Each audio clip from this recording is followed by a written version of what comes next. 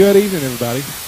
Welcome to Parker Field for tonight's home opener for the Piggott Mohawks versus the Palestine-Wheatley Patriots. I'm Sean Parker along with Tim Blair.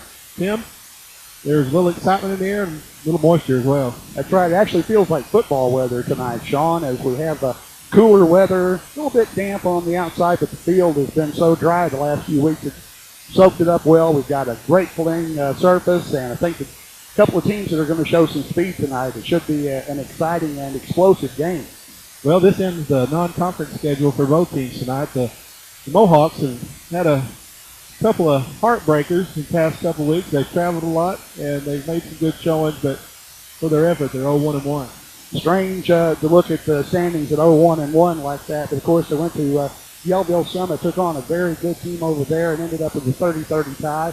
It being a non-conference game, of course, no tiebreaker in that situation. Then we had the game we were both at last week down at Brooklyn, where it was a very odd game. We lost by 1 point, basically at the last minute, but they had 3 touchdowns called back. It could have been an entirely different situation, but it was one I think both those coaches were ready to put behind them and move forward after that last game. Indeed, the Mohawks did come on the short end of a 44-45 game. An extra point ended up being the difference. A little questionable officiating. I usually don't get on the officials too hard, but there were some questionable calls.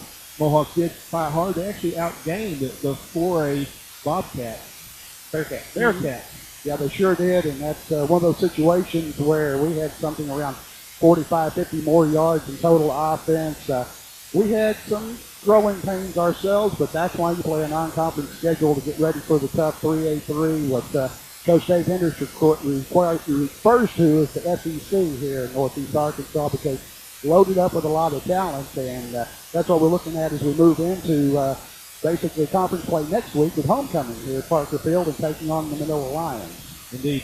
Palestine-Wheatley's had a non-conference schedule that's been tough. They took on Melbourne in the first week, which will soon to be a foe in our conference. That's right. The next rotation, 14 to 16, the Melbourne Bearcats will be a conference foe of the Mohawks in football only, not on the basketball side. As Harrisburg and Earl moving out, we get the Melbourne team and also the team from Cedar Ridge football.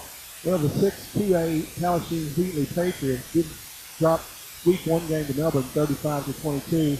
Then they came up big with a 44-0 win against Drew Central. Of course, Drew Central, they were picked to finish at the cellar of their conference. Not a really big surprise, but in scouting the team a little bit, they do have some speed, they have some explosiveness. They had a kid that rushed for over 2,300 yards on the junior high squad that'll be moving up. So, Tim, that's not 10 or 12 games. That's 8 to 9 games. That kid had 2,300 yards. Quarters. He had to be busting a bunch of them loose, so that should be interesting. But I think it's going to be a well-matched game. I think it's a good tune-up, as both these teams will be going into conference play next week. This will be a good one for both of them, because we're going to see a lot of the same things that we're going to see out of teams like Rivercrest, Hoxie, Earl, a lot of team speed, and that's something that we have to deal with, because one of the problems we had at Brooklyn last week was containment. Indeed. Palestine-Wheatley player to look out for, if you were talking about, Devontae Jordan, just a sophomore. He's young, but boy, he can carry the mail. That's right. The Patriots finished last year's conference schedule in the 6-2A with a 4-6 record, 3-4 in the conference. Now, these two teams met last year. And the Mohawks went on the road and brought back a 36-6 win. And that one score by the Patriots was one that came with no time on the clock, basically a free play. The ball went through our defensive back's hands into the hands of the receiver, and I know that Coach Hendricks, that was a blemish that he would just as soon not have on his record from last year. Well, the Mohawks so far have taken on a 3A foe, a 4A foe, and tonight's a 2A opponent. And Hootens this week does have Piggott picked by 13, and the home field should be a little bit of an advantage. Both teams are going to be fast. That's what we expect.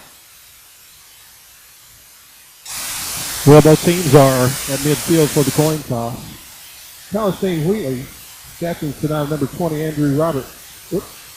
Number 20, Carlton Pettis. And Kai Tillman, number 12. The Mohawks, Hunter Neely, number 54. Andrew Roberts, number 20, and Mason Ron, number 7, representing the Mohawks at the coin toss. And, of course, the strains of the Piggott High School alma mater. My favorite part where it picks it up, you know.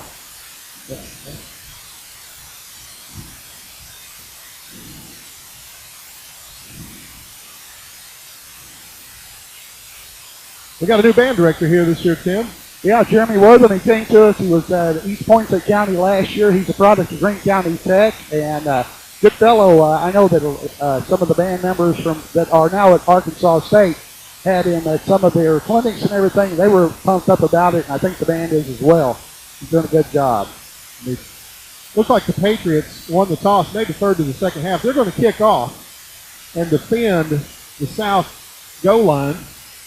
The Mohawks are going to receive this opening kick. Let's see what they can do with it. Been on the road for 2 weeks. It's good to be home. It is, and the flag is hanging pretty much flat. I don't think the wind's going to be a factor. The rain is starting to die down, and it looks like it's going to be an excellent night for football. Now, I have to, of course, mention that this starts the 36th season of this football field. The Parker Field opened September 15th, 1978, rather. The first game was Greene County Tech, and we beat them 28-0, and I believe that may have been their first year for football. But this will start the 36th season for here at Parker Field, and we think it's going to be a good one. We got 5 games here at home, and got a couple of tough opponents coming to town that hope to have a winning record here at home this season. You know, that's a good story about the first year of the new football field, because the previous year there was no home field at Piggott. That was the year of the homeless Mohawks, where they traveled to Mitch Cherry Stadium for what home games they did play. Over at Kennett? Yes, and played most of their games on the road that year, but the new field was complete in time. What we're standing in the press box, this was a project of the Lions Club. And they have like a $100 a plate dinner back in June to raise the original amount of money as the Mohawks come onto the field to get ready for the opening kickoff. But we think 36 season is going to be a good one for this old field.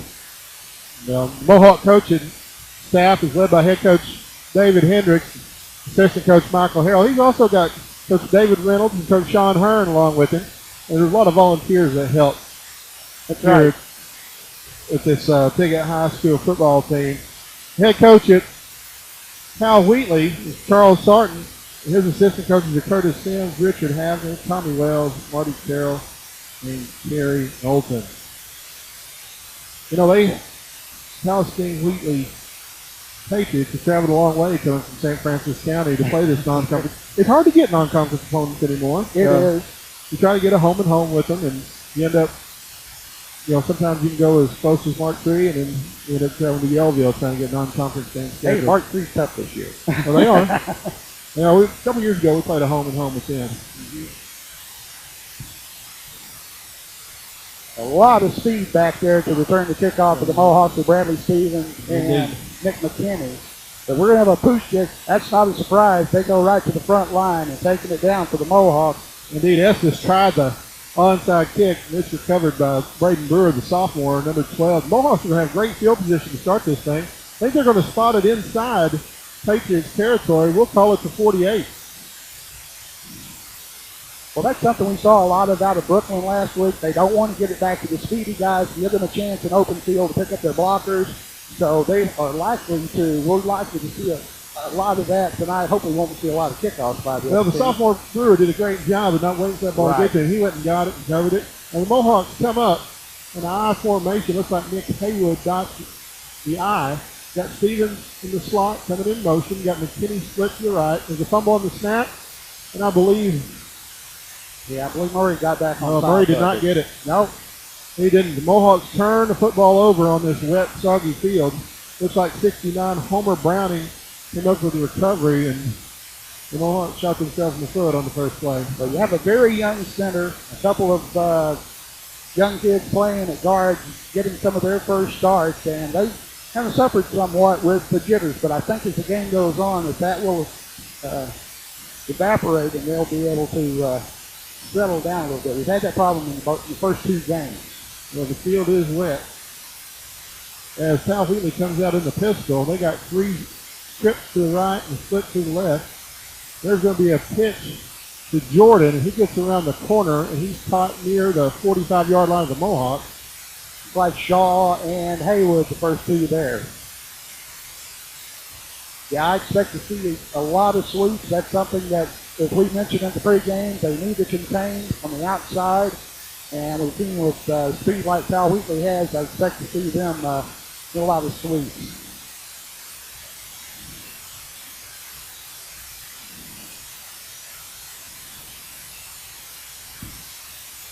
Go from the eye this time.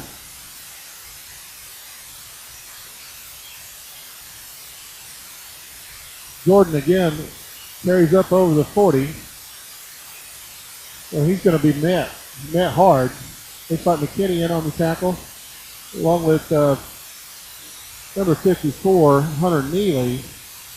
That's going to move the chains. They're going to spot it just inside the 40. We'll call it the 39-yard line. 1st and 10 for the Patriots. They've had 2 plays and 2 handoffs to Devontae Jordan.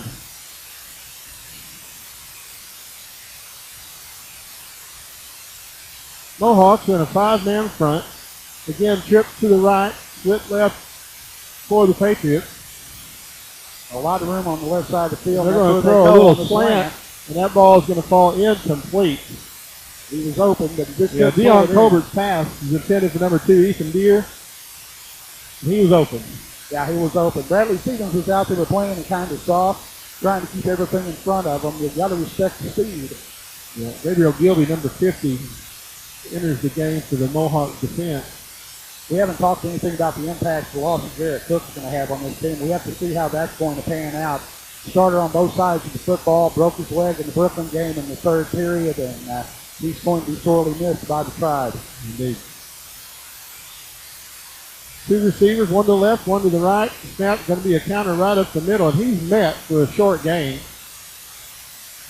Good job of the Mohawks, middle of the line there to fight off the block. And it did look like number 5, Brett Bumgarner on the carry. We're going to call it a gain of a yard, be 3rd and 9, Ken. You know, you talked about the loss of Garrett Cook out with a broken leg, the junior starting fullback, linebacker. I talked to Garrett before the game. He's in great spirit and healing, ready to go back to school on Monday. I talked to his parents this evening. They were tailgating, and Garrett's in really good spirit considering what happened to him 1 week ago. Proud of that young man. Was a tough one. Good pressure. Jordan takes the pitch. He goes right up the middle. Up the middle. Murray finally gets to Bradley Stevens and Murray. Well, Jordan got a crease, and he went right through it. They're going to spot it down inside the 10. It's difficult for young running backs to wait for that opening. They want to plow in there, but the patience of waiting for the freeze like that can really pay off. Well, Colbert took the snap, took a step back, and tossed it, and then they countered right back up the middle. Ball down at the 9-yard line. 1st and goal for the Patriots as they come out with twin set to the right, split to the left, and they still have number 11, Deion Colbert, under center. And he's going to hand off to Jordan right at the middle, and he's wrapped up by Richard Shaw. They're still going to gain a couple. Yeah, last year's all-conference linebacker, Richard Shaw, first man there, hit him in the ankles and took him low and actually set him up for the rest of the Mohawks to make the stop. Going to be 2nd and goal near the 6. You know, the Mohawk offense hasn't had any problems the last couple of weeks, but you got to remember the Mohawk defense has given up 30 points 1 week and 45 the next. Things have been somewhat porous, and like I said, we've been having problems containing. And the flag down before the snap, dead ball foul. Looks like a neutral zone infraction. I think Palestine-Wheatley lined up in the neutral zone. Side judge got him. Well, no, he's changing the call. They gave me one signal the first time. They'll give me a procedure the second time. 5 yards anyway, down in the red zone is painful. Going to push the ball back outside the 10, near the 11-yard line. It's going to be 2nd and goal. As you said, the Mohawks in the 5-man front, and we'll see probably that pretty much the 5-0 all night long.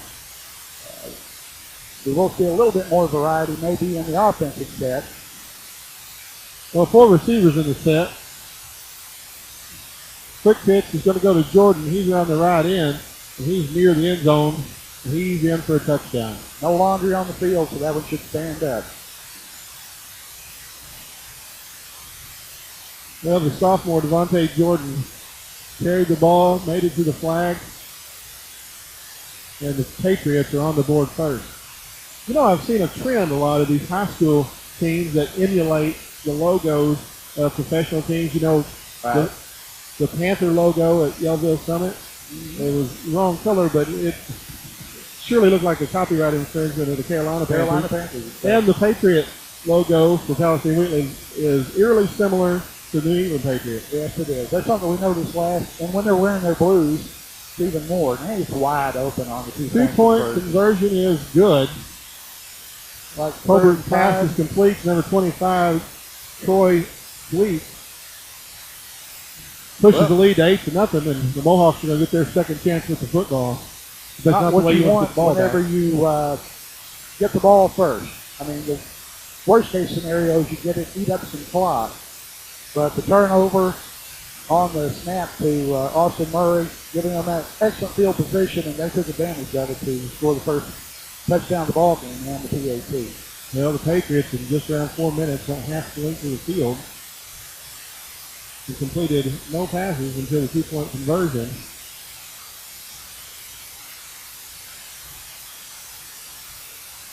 Well, let's see if the Mohawks can respond. I know that they've got some good team speed as well, and they just need to We'd like to take work this the moment. bugs out. Tim, we're going to try to thank some of our sponsors, Piggott Realty, Mike and Pat Patterson at 870-598-3142. For all your real estate needs, we appreciate Pat and Mike. I'd also like to thank Pumpkin Hollow. It is Pumpkin Hollow season. It's getting there. I'm telling you, just around St. Francis, Arkansas, Pumpkin Hollow is open. Daryl and Ellen Dalton have been good supporters and sponsors of Live CTV Mohawk football. We appreciate them this business season. If you've not been at Pumpkin Hollow, there's so much to it. Be prepared to have some time and have some fun. That's right. Well, once again, we get the little attempted onside. If you have to call it an onside kick, they're ganging to the ball, not just a sliver, but once again, Mohawks with hands up there, and it's covered up for the Tribe. Now, Brian Samples, number 52, fell on the football, and they recovered it. Mohawks are going to have good field position again, and you're seeing that more and more in high school football where they're not kicking the ball deep. Well, I think it's a sign of respect. Nick McKinney, 12-second, 100-yard dash. Bradley Stevens, probably the second fastest kid on the team. They don't want them in an open field situation where they can pick up their blockers. This is the simplest way to avoid the big play. Austin Murray under center, full house backfield. Pitch goes back to Stevens, and he's going to get up near midfield. Going to be stopped. The number 55, Caleb Parsons. It's like Homer Browning came off the bottom of the pile. He was out there as well. I saw Bradley make some cuts at the Brooklyn game. Of course, he had the advantage of being down on the sideline. He made some cuts that were just amazing, almost as quick sideways as he was going forward. He has great lateral movement, but they need to get him out in the open field where he can get a man one-on-one. Try to make that first guy miss, then you're going to get into it. But he has been doing quite a good job so far this year. We'll take a little bit of earlier season stats for him here in a minute.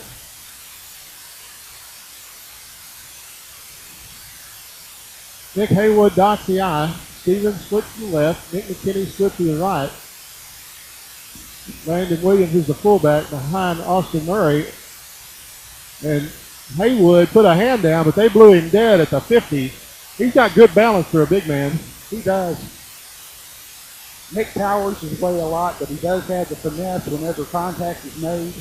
And I think it was a quick whistle. I do too. This is a crew out of southeast Missouri. We have usually in a lot of our home non-conference games, we utilize some of the crews out of southeast Missouri. Those do a good job. So I'm not questioning the officiating, but I think it was a quick whistle. Well, Logan Dixon is split out wide to the right.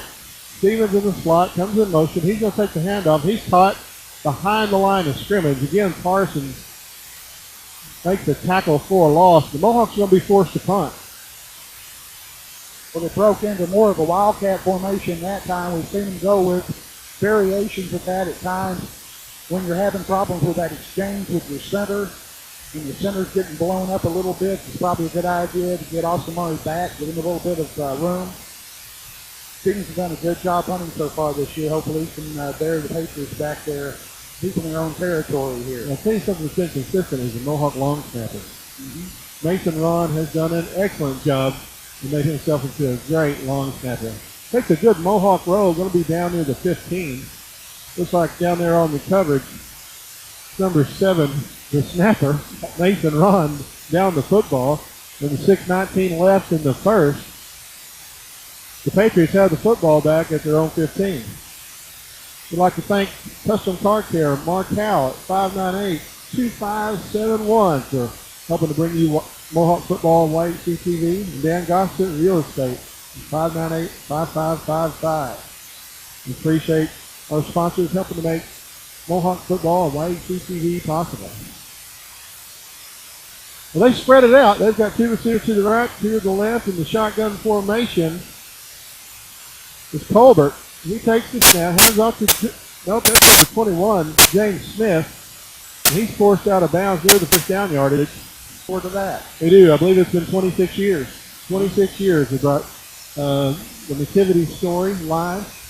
A lot of help goes into that, and it's just a special time for us. We'd also like to thank Chris Tarno and Tarno Crop Management as the harvest season is in full force. We got a little break today, this rain.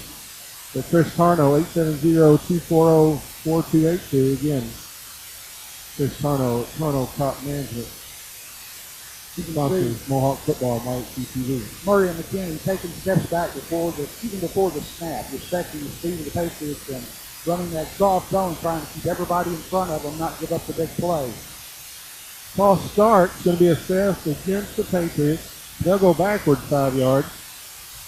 We saw a lot of longer on the field last week at Brooklyn. It was just like, Brooklyn kept lining up in the neutral zone early in the ball game, which I'm sure was frustrating for their coaching staff. We had every call, I think, that you could think of, including pushing the pile, a sideline violation, but the 2-point conversion at the end of the game, where they tried to do this skip. You know, that ended up being the play of the week on one of the television stations. But it was flagged for a penalty, wasn't it? They did once, it counted, they didn't. Smith breaks it up. He's going to be upended near the 40 by the senior Austin Murray, number 15. But again, James Smith got to the 40-yard line in a hurry. So the penalty yardage didn't hurt them any. They got it right back and more, and they're going to spot the ball for 40, 1st and 10 for the Palestine-Wheatley Patriots.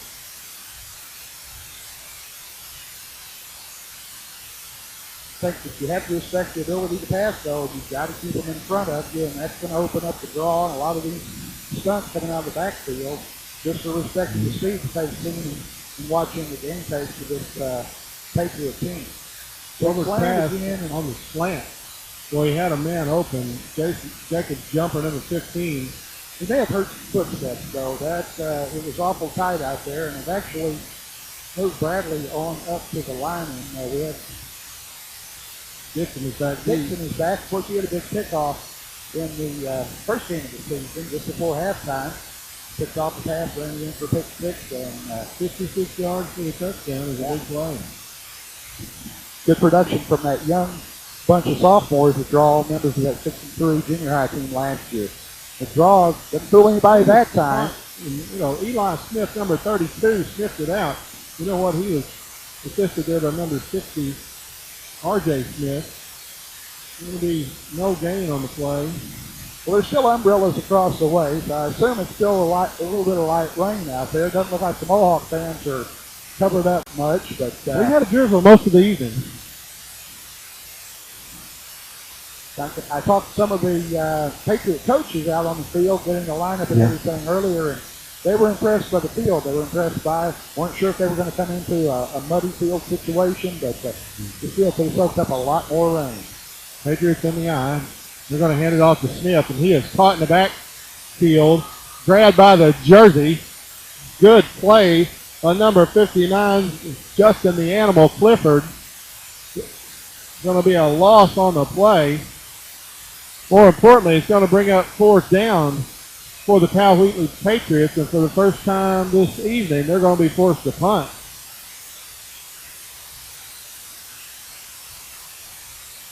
McKinney's back deep to receive the punt for the Mohawks. Still no wind to deal with. We had the flag is laying against the flagpole. So Troy Sweet, good punt. It's a great punt. Kenny gets away from it. It hits a Patriot player. Looks like it came down and hit number 53, Michael Ripper. So the ball will be down there at the 30.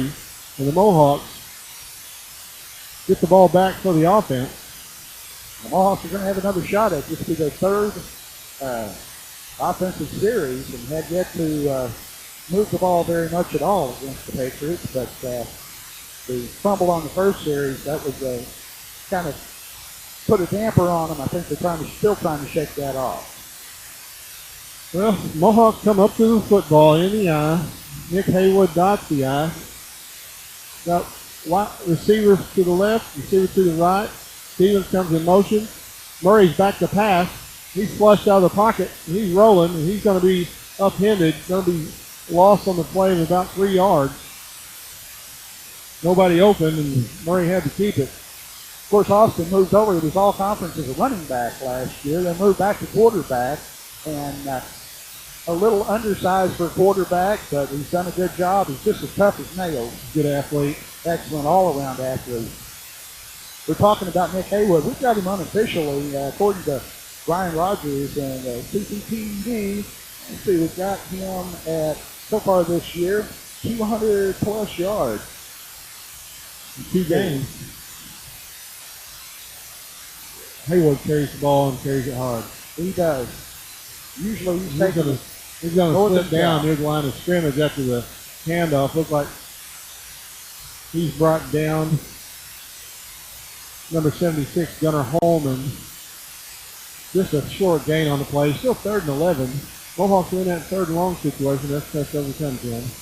It is. Haywood, he had 118 yards in the opener, 152 yards against the Brooklyn Bearcats. He's averaging about a little over 9 yards a carry. Give him the ball, I say. But again, the loss of Garrett Cook in that blocking back position. And there it is. Give him the ball. Haywood's going to have the first down. He's brought down by the helmet. To the first down. We got penalty a flag behind the play. You know, he was near the first down yardage anyway, where they spot the ball, but the Patriot player really didn't have much of a choice. Travis Terry, number 66, was about to lose him. And he grabbed whatever he could grab. He got caught. The flag was thrown, trailing the play in the backfield. They're calling the Mohawk captain, looks like.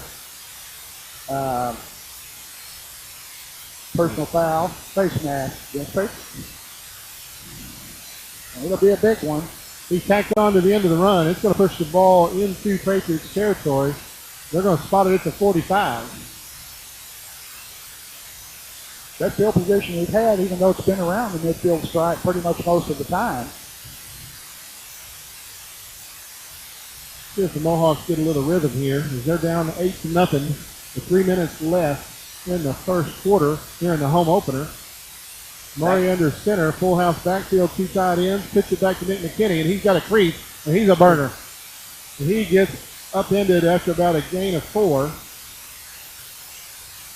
Yeah, McKinney. Looks like number 15, Jacob Jumper, got a shoulder pad into his midsection and stopped his progress. They're actually going to, we'll call that 5 yards in second and a short 5.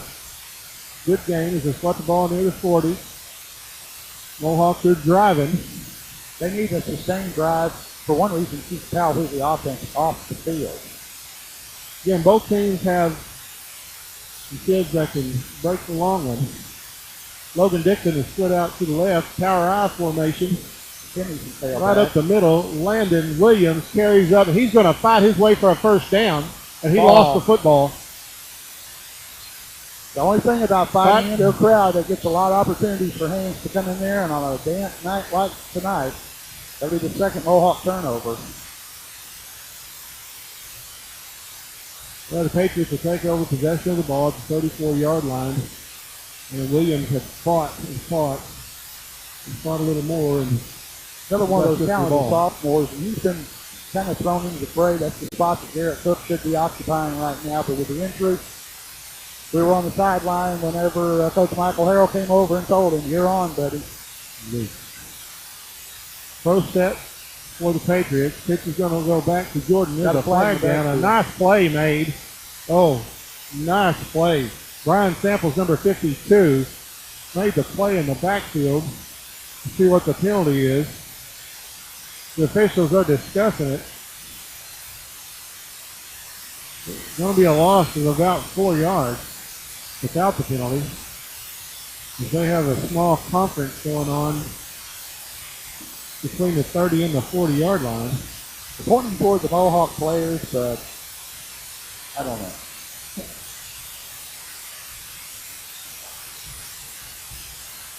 Still waiting for a signal from our referee.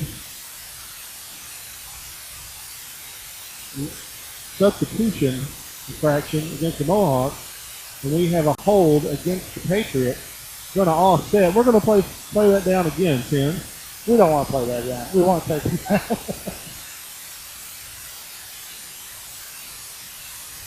Okay.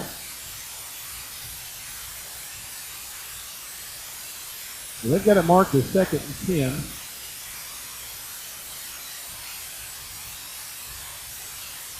Split on the right Mulder side. back to pass, and he's got a good coverage. Excellent coverage. Back. Ball is severely underthrown.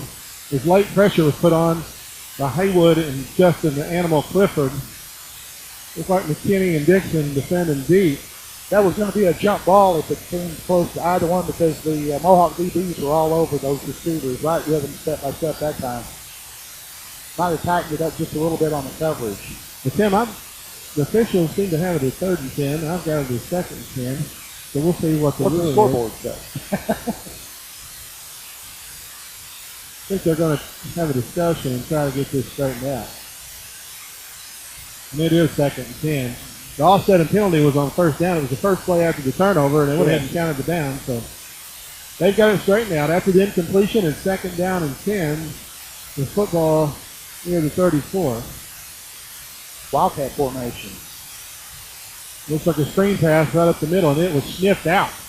It's a good thing Jordan didn't catch it. Yeah, it would have been a loss if he had caught it because the Mohawks had busted the play, and Trey Stallings, number 2, wasn't fooled, and he was bearing in on Devontae Jordan on that middle screen.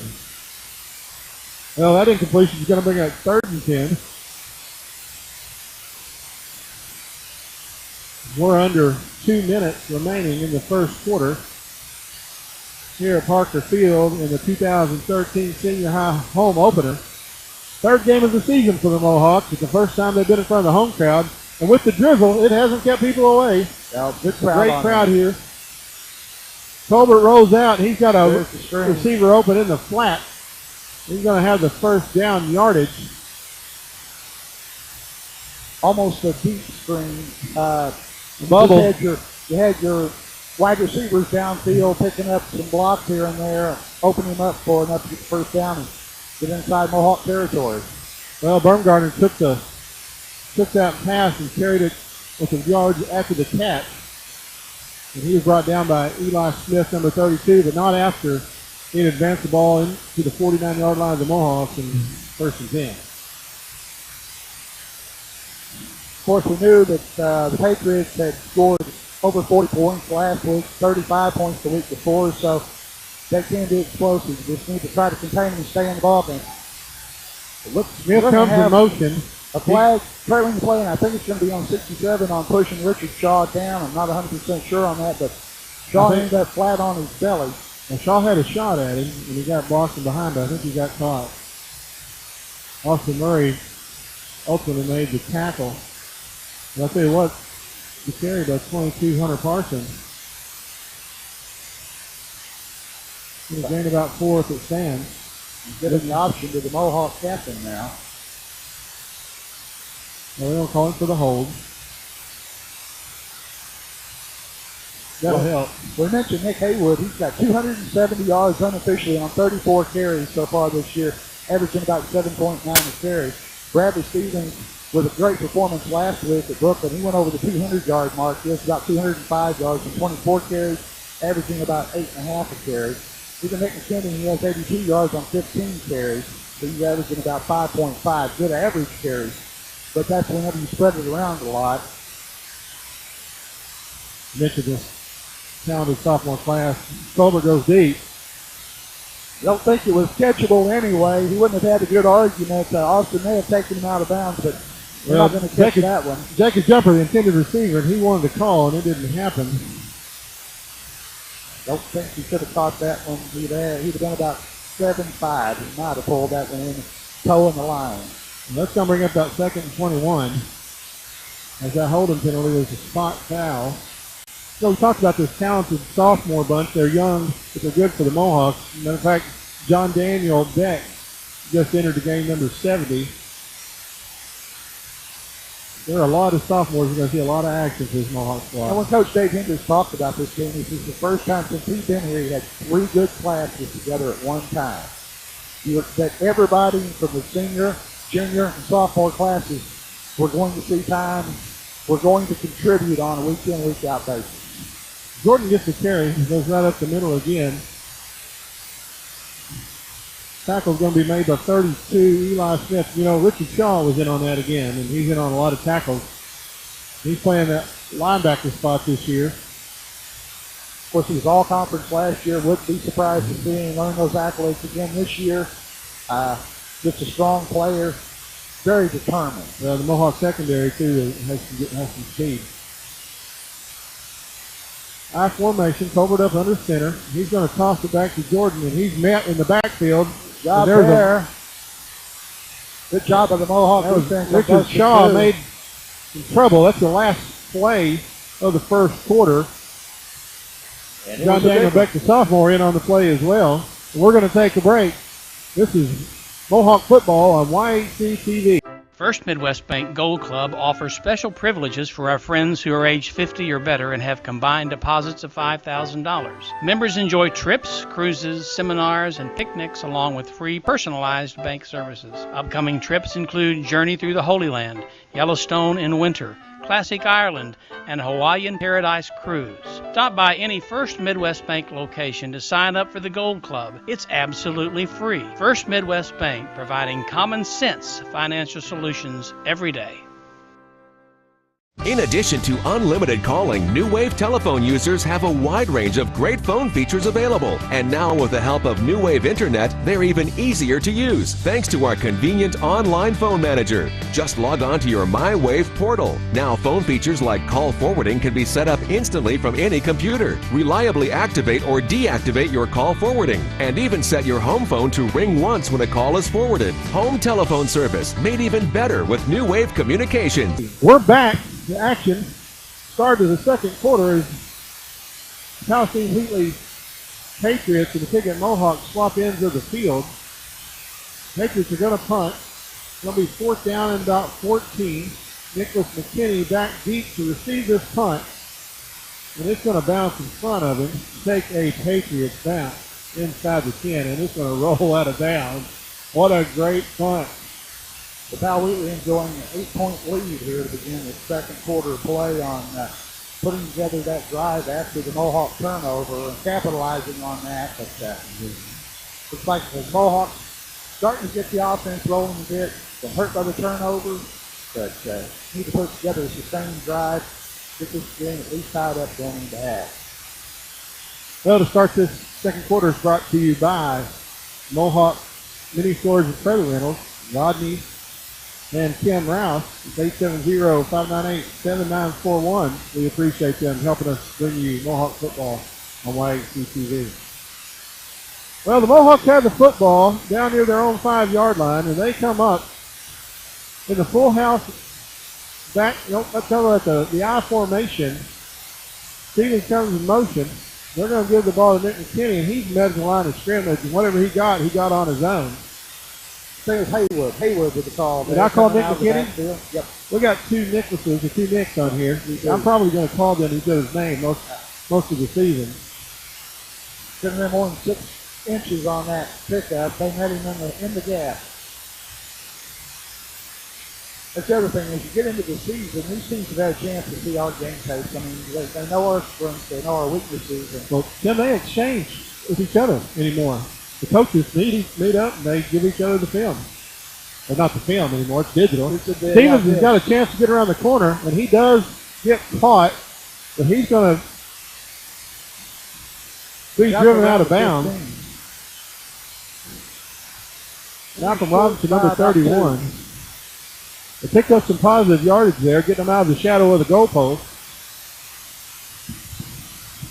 Definitely a couple of first downs. You don't want to be punting this deep. McKinney returns to the game, gets some checks out.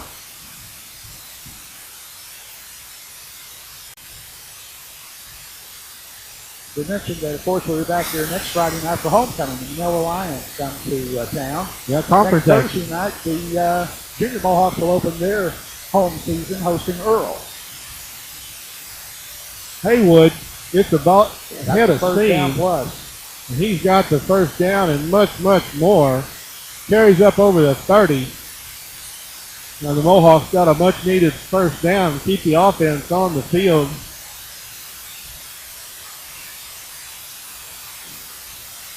Well, they're going to spot it.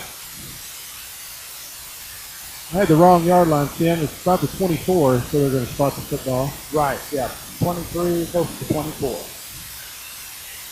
The rainy weather and a little bit of traffic on that field is going to turn those lines. Well, it's going to make them disappear. We were supposed to have a Mohawk in the middle of the field, but the rain came a little too quickly.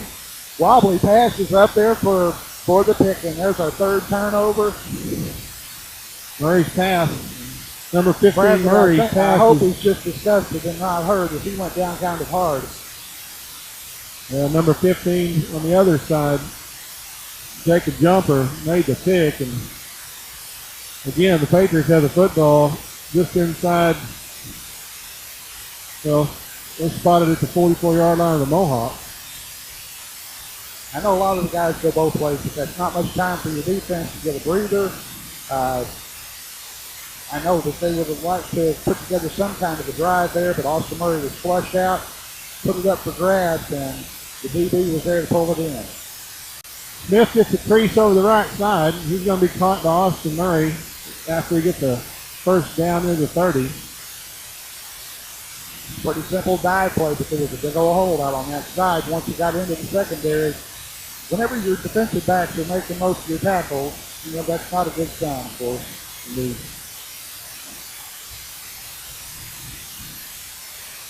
Animal Clifford checks out the Mohawk defense. Just like Colbert comes up under center in the I formation.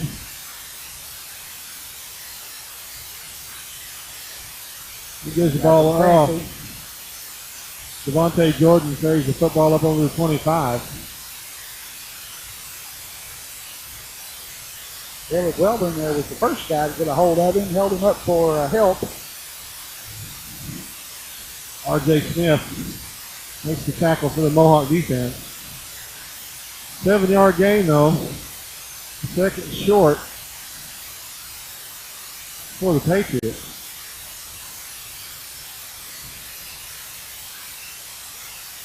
Time to get the fullback. Give it to the up back, and he got crushed. The ball popped loose. All right. Mohawks come up with the football. That's number 70, John Daniel Beck. He's got the recovery.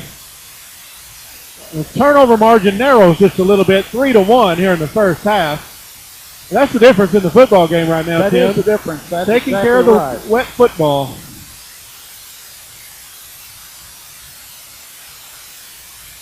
Well, the Mohawks get it back. Going to spot it at the 24-yard line. Bradley Stevens, number 1, checks into the game. The Mohawks could use a sustaining ball control drive right here, or a big play, either one. Yeah, you'd like to see them break one here. They'll go with the out of the dead tee again. The skinny wide right. They give the football to the fullback, Williams. He's going to have a gain of a couple. Pick up second and a long 8. You can always tell Landon from a distance. He has the lower body. It reminds me of Tony Dorsett. Just those huge thighs, lower legs. He's got a lot of strength in his lower body. And as he said earlier, that can bite you sometimes whenever you're battling in there when the ball came loose earlier. But they're not going to knock him down on the first hit. It's going to take a couple of guys to bring Landon down. He was a force to be reckoned with of the junior high team as well. Another one of that talented sophomore class. And here's the senior, Nick Haywood. And he carries up over the 30. They'll probably spot him near the 32 or 33. Be short by about a yard, looks like, from here.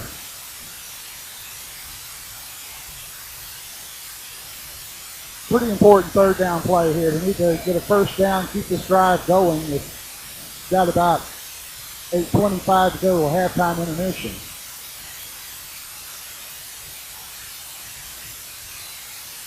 Well, Mohawks come up to the line of scrimmage. They're going to put out Dixon wide to the left. Up in that full house, a dead T formation.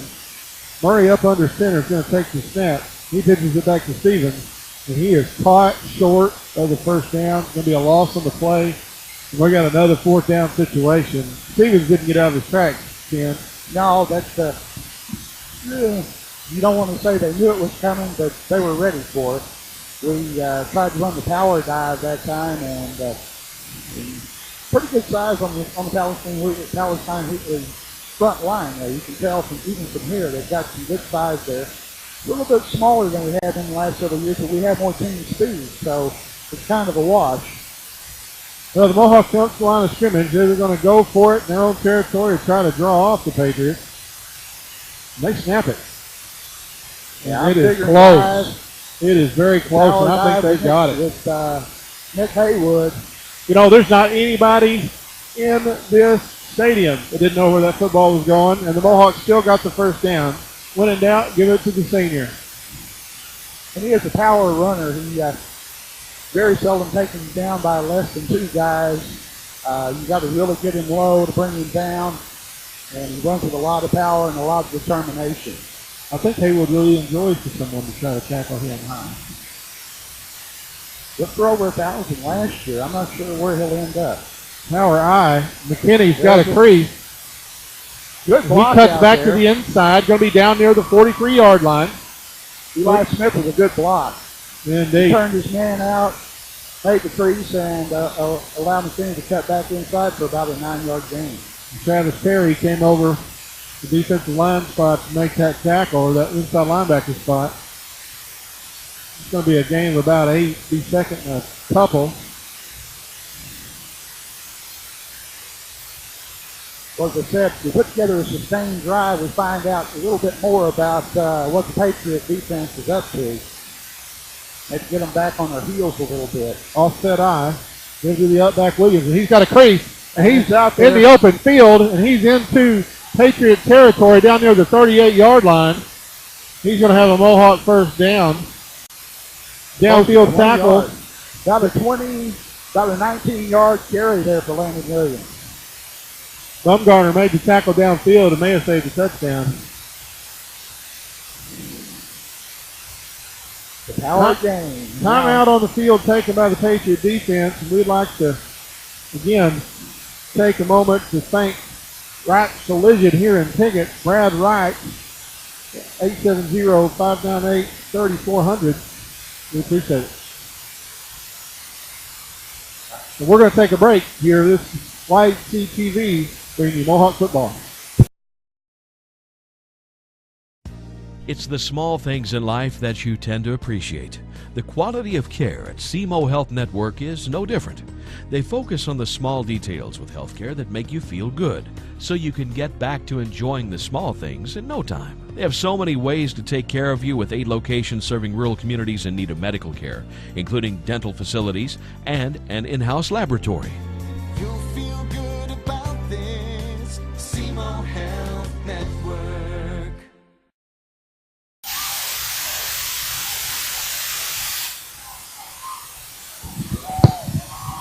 And we're back after the timeout. Mohawks have the football at the 37-yard line.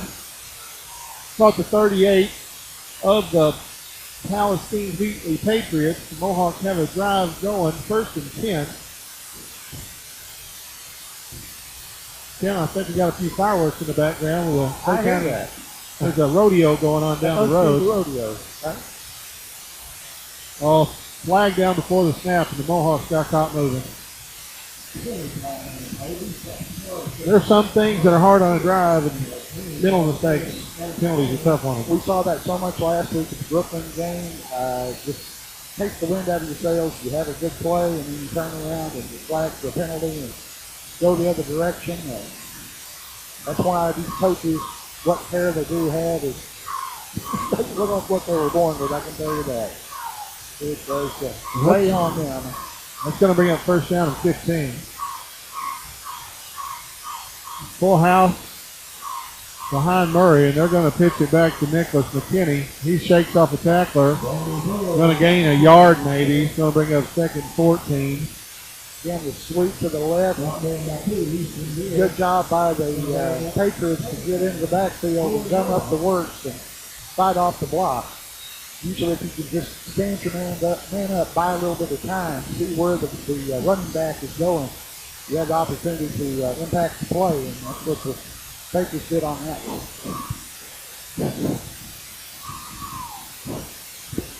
We also want to send congratulations out to the Lady Mohawk volleyball team, unbeaten in conference, rolling through the conference so far. Yeah, they're the number 1 3A team in the state. I believe it. They're playing great.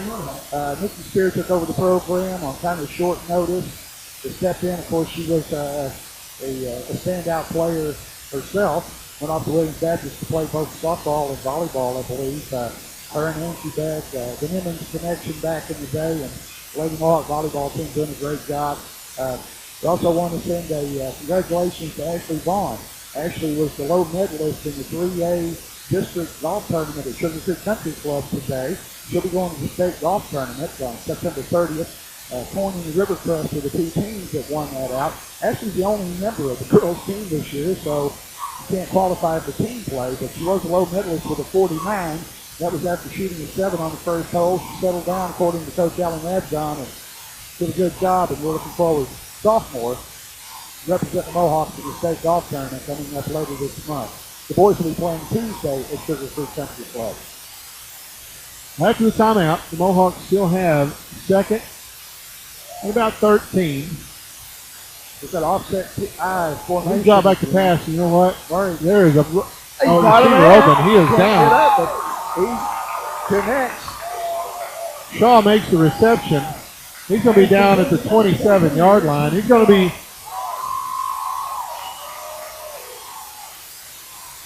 short of the first down. The second and long goes third and short. We'd also like to thank SOS Customs Vinyl and Sign Shop, Derek and Dexter Bostic, 870-324-1822 for all your motorsport vinyl, big rig, yard signs, banners, outdoor business signs, small and large signs, decals, and more. 1350 Madison Avenue in Piggott. Right. Mohawks in the offset power eye. Give is to the fullback, and he did not If he got get it. forward progress, it wasn't much. In fact, they got him just shy of the line of scrimmage. He lost maybe a foot and a half on that one. They're going to spot him back about a half a yard there, and it's going to go from third and a couple of feet to fourth and a long yard there, Tim. And, of course, the Mohawks will go for it. At this point of the field, we're late in the second quarter. We don't have a lot to lose. Down 8 zip. And they did it. They drew him off. Drew off. 53 came off. Cross looked like to me. After the hard count, we've got encroachment against the Patriots. That 5-yard penalty is going to result in the first down for the Mohawks. You see it at all levels. That's right. That's one of the first things that they worked on in practice is the hard count.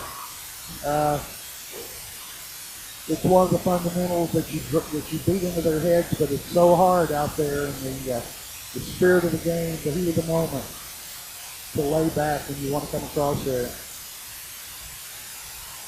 Murray's back to pass again. He's got an open receiver and throws a little high. Nicholas McKinney had it come off his hand.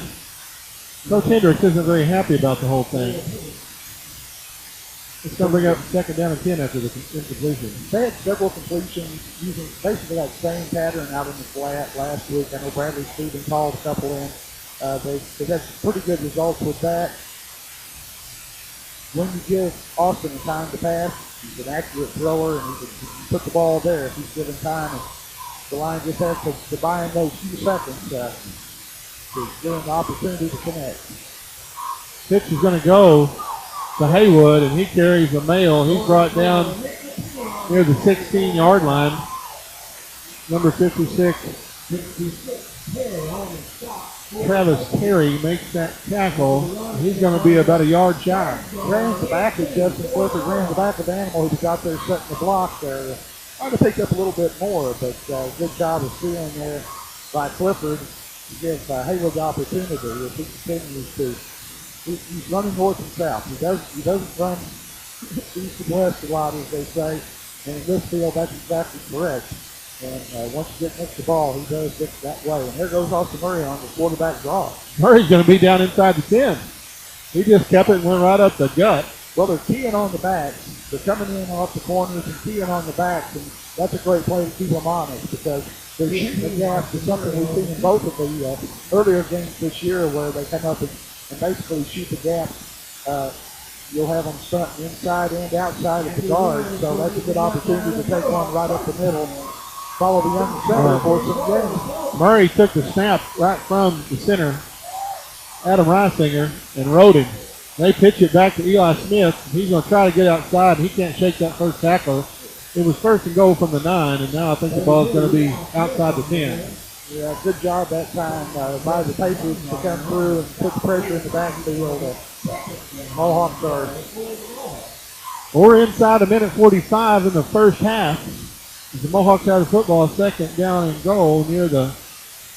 Wouldn't be surprised to go back to the air here. It will do two things. It will loosen up that inside rush a little bit perhaps and also stop the clock at the submits.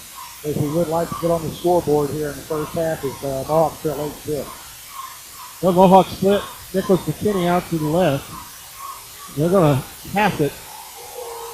Murray rolling to his left, and he tucks it. He's going to run and keep it, and he gets out of bounds near the 5. Oh, there is a flag down on the sideline. He was hit way. It looked like it hit out of bounds there, which at this point would be half the distance to the goal. It's not going to help you a ton, but it is going to get it down there. Well, it will give him an automatic first down. Automatic first down, right. Let's see what the call is. And we're at minute 13 as the clock stops to sort out the penalty. As the referee comes over to give us the signal and see what the official call is. Got a really good look at it. We got a lot of good volunteers. Oh, we do. So we got a good crew down there. Personal foul. Unsportsmanlike conduct is going to be assessed against the Patriots. And you're right, Tim. It'll be half the distance to the goal. And with a minute 13 on the clock, Mohawks will have first down and goal. They're going to spot the football inside the 5. Let's see, the Mohawks need to get on the board here in the first half. It's like Williams, Shaw, and Haywood in those dead two. That's Smith taking the pitch. Right, and he's got it open. He's got a crack, and he's in the end zone for a touchdown. Eli Smith followed the lead block by Williams and Haywood. And the left side of that Mohawk line opened up a crease, and that's all you need down in the red zone. Yeah, great job of the left side that time to find a little bit of a gap. He was patient, waited for the opening, and shot through there. And touchdown Mohawk. Well, you got the senior over there at that guard spot, Hunter Neely, and then you got Ben Jones, number 77. They paved the way. The backs came through, and the third back, Smith, carried the mail, and the Mohawks are on the board. It's 8-6. I'm sure it's fun to follow Nick Haywood through a hole, too. But I look for Haywood to get it here. Timeout on the field taken by the Mohawks. Of course, the Mohawks are forced into trying to go for the two-point conversion as they would be a point down where they would kick the field, the PAT. They've got a pretty good kicking game this year. Not something that the Mohawks have always been strong at. But we saw them last week down at Brooklyn actually getting a penalty on an extra point, having to back up to where it would have been a short field goal anyway. And I think that we, Eli Smith is doing handling the kicking chores, not the chicken chores, chicken chores. That's right. And I do think that if Need be short field goals perfectly, within the scope of what we can just take care of here. It's interesting, early on in 3A3 play, Hoxie seems to be kind of the cream of the crop this year. They've got a couple of guys that are being looked at by some D1 teams. And Dylan Cagle is a real prospect. He sure is. An offensive lineman. But they pounded Truman week 1, 42-6, and then beat Riverview, the Pirates, from down at Cersei, 28-14 in week 2. And they're facing K-City tonight. The K-City's they're off a bit. They're picked kind of low in their 4A district. But Rivercrest, they're at 1-1 after losing to EPC in week 1, then beating Prince County Tech last week. The Mohawks coming up that bunch formation. Murray keeps it, and they're going to spot him shy. No point after attempt is no good. Score will remain 8-6. We've got a minute and 8 seconds remaining here in the first half. That was a long time because he was still up off the ground, never came down to be downed. There again, it's especially if it's a live ball situation, you worry about someone poking the ball out there. But the Mohawks trail at 8-6 here, late in the second quarter. Well, that long drive kept the Patriots offense off the field, Tim. Yeah, that was a good thing. We needed to put together a sustained drive, get on the scoreboard, break that defense, and go into the locker room at halftime, talk about it a little bit, make some adjustments. Coach Hendrickson held excellent about making adjustments at halftime, and I'm sure that they'll give a little motivational speech as well, have them fired up for the second half. With the deferment earlier, of course, the Patriots will get the opening kickoff of the second half. Richard Shaw tees the ball up at the 40 for the Mohawk kickoff. And Devontae Jordan is back deep, and I'm going to wager that he does not touch this kickoff, Tim.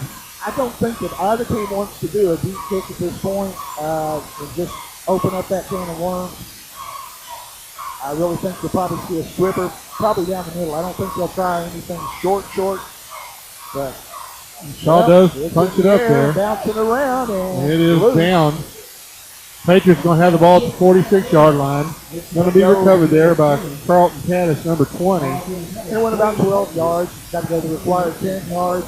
And Shaw hit that one just about perfect. Really, if you can, you want to try to squib it right at somebody's feet. I mean, if you get that ball to come down end over end, hitting right at their ankles, it's a hard ball to field or cover, then you have an opportunity for your hands team to get down and maybe cover that ball. But the Patriots are going to go for it here. The Patriots come out, and Jordan does get the football, and he goes up the middle, and he is not tackled, but he is hit down at the 39-yard line. A good hit by Trey Stallings. Number 2. They took the pins out from under. And one thing that'll do is stop the play. It's also not very comfortable for a running back to take a low hit like that. So they do add up over the course of the ball game. Patriots rush up the line of scrimmage in the no huddle.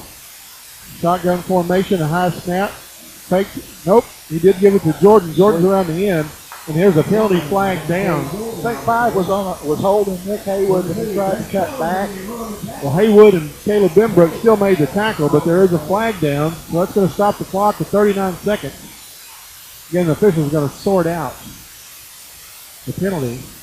They're looking for the Mohawk captain. So I believe it's going to work. It's definitely working against the Patriots. And as I said, I saw Nick Haywood engaged out here. Looked like there was a little bit of a hole from Bumgarner. They've got a lot better views than we do. I've seen a lot of ball games on the sidelines. You can see a whole lot better down there. Holding penalty is going to be assessed against the Patriots with 39 seconds left. Going to replay first down here. Tim, do you recall the OPA announcer at Mohawk games, a preacher that used to refer to the flags as linen on the lawn? Oh, yes. Frank Boldy? That goes back a ways, doesn't it? Indeed. Wasn't he also Mighty Mo? Well, was he the one that did Mighty Mo? I don't know that story. Pass is complete, and they stays inbound. He also Trey Stallings makes the wrote tackle. for the Piggott Times. He wrote the football coverage for a while, and such a good familiar he is. He's also written for the local paper, so it's kind of a fraternity. I wish you'd call it that, but I see a lot of interesting things. Reading the old articles, reading the old stories. Of course, the most interesting some of them were the ones written by Coach Black's wife, Jackie Black. We were neighbors with her when I was a kid. They took great nicknames for the players. She's the one that would Dynamite Don Morris and Cam the Damn Case. Different ones. It was always entertaining for these days. Last week at the Brooklyn Piggott game, I got to speak with Dr. Phil Dafford, local veterinarian here. He was a player under Coach Black, and he told me a lot of stories about. Coach Black was an interesting man. He played for the Razorback National Championship team in the 60s. He worked on the Alaskan Pipeline.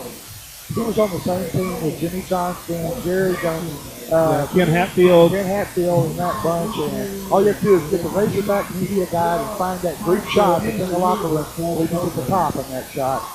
But yeah, that's one of two former Razorbacks that coached here at Piggott High School. Bud Brooks being the other. Outland Trophy runner of the 50s. Holbert is pressured, and he almost threw a pick.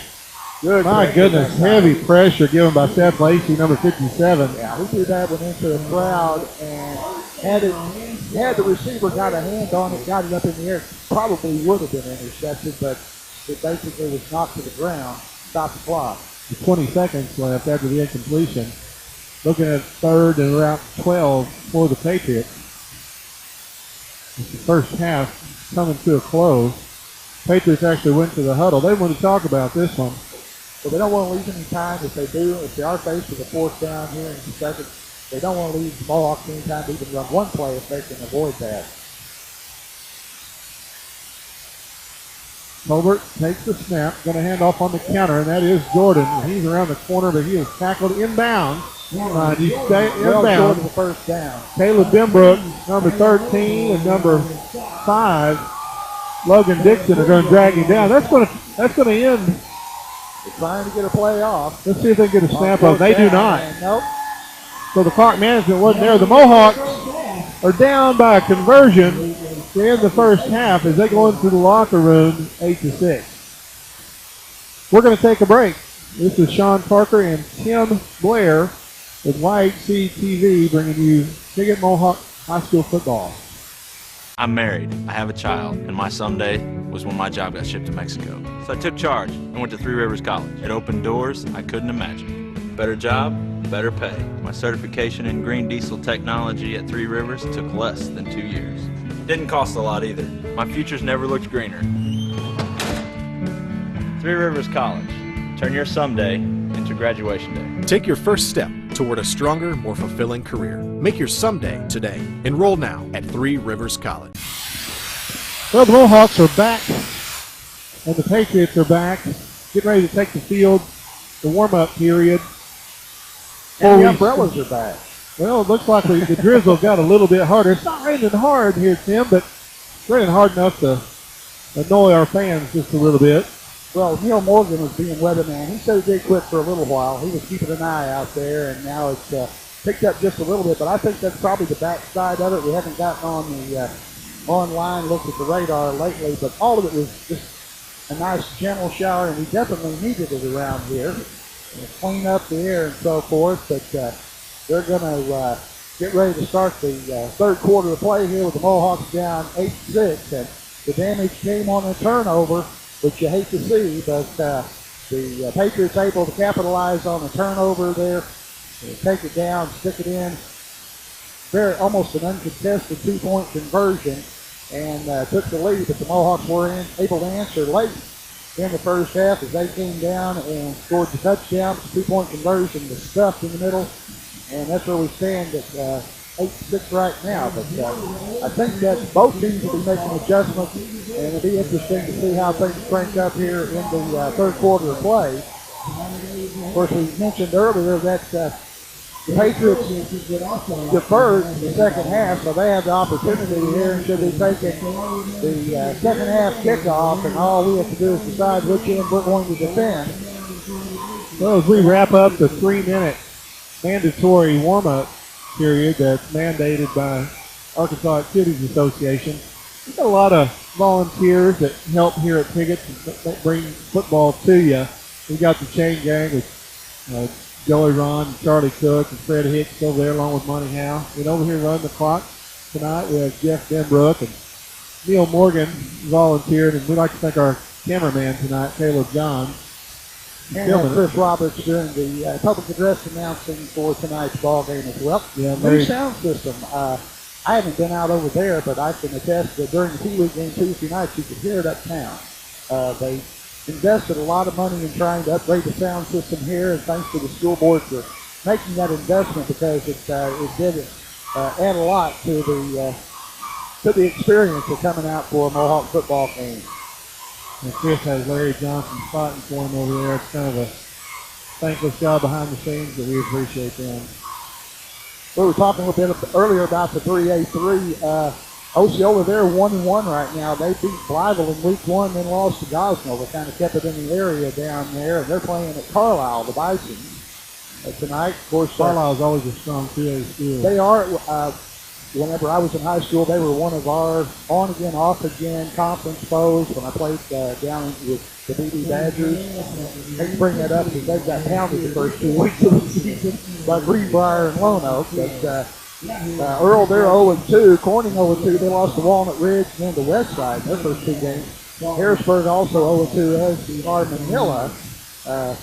They're actually taking on McCrory tonight. There's the whistle. Richard Shaw tees it up. Again, he pooches it short. Going to fall inside the 40. That's a dangerous kick. That is a dangerous kick. You gave him too much opportunity.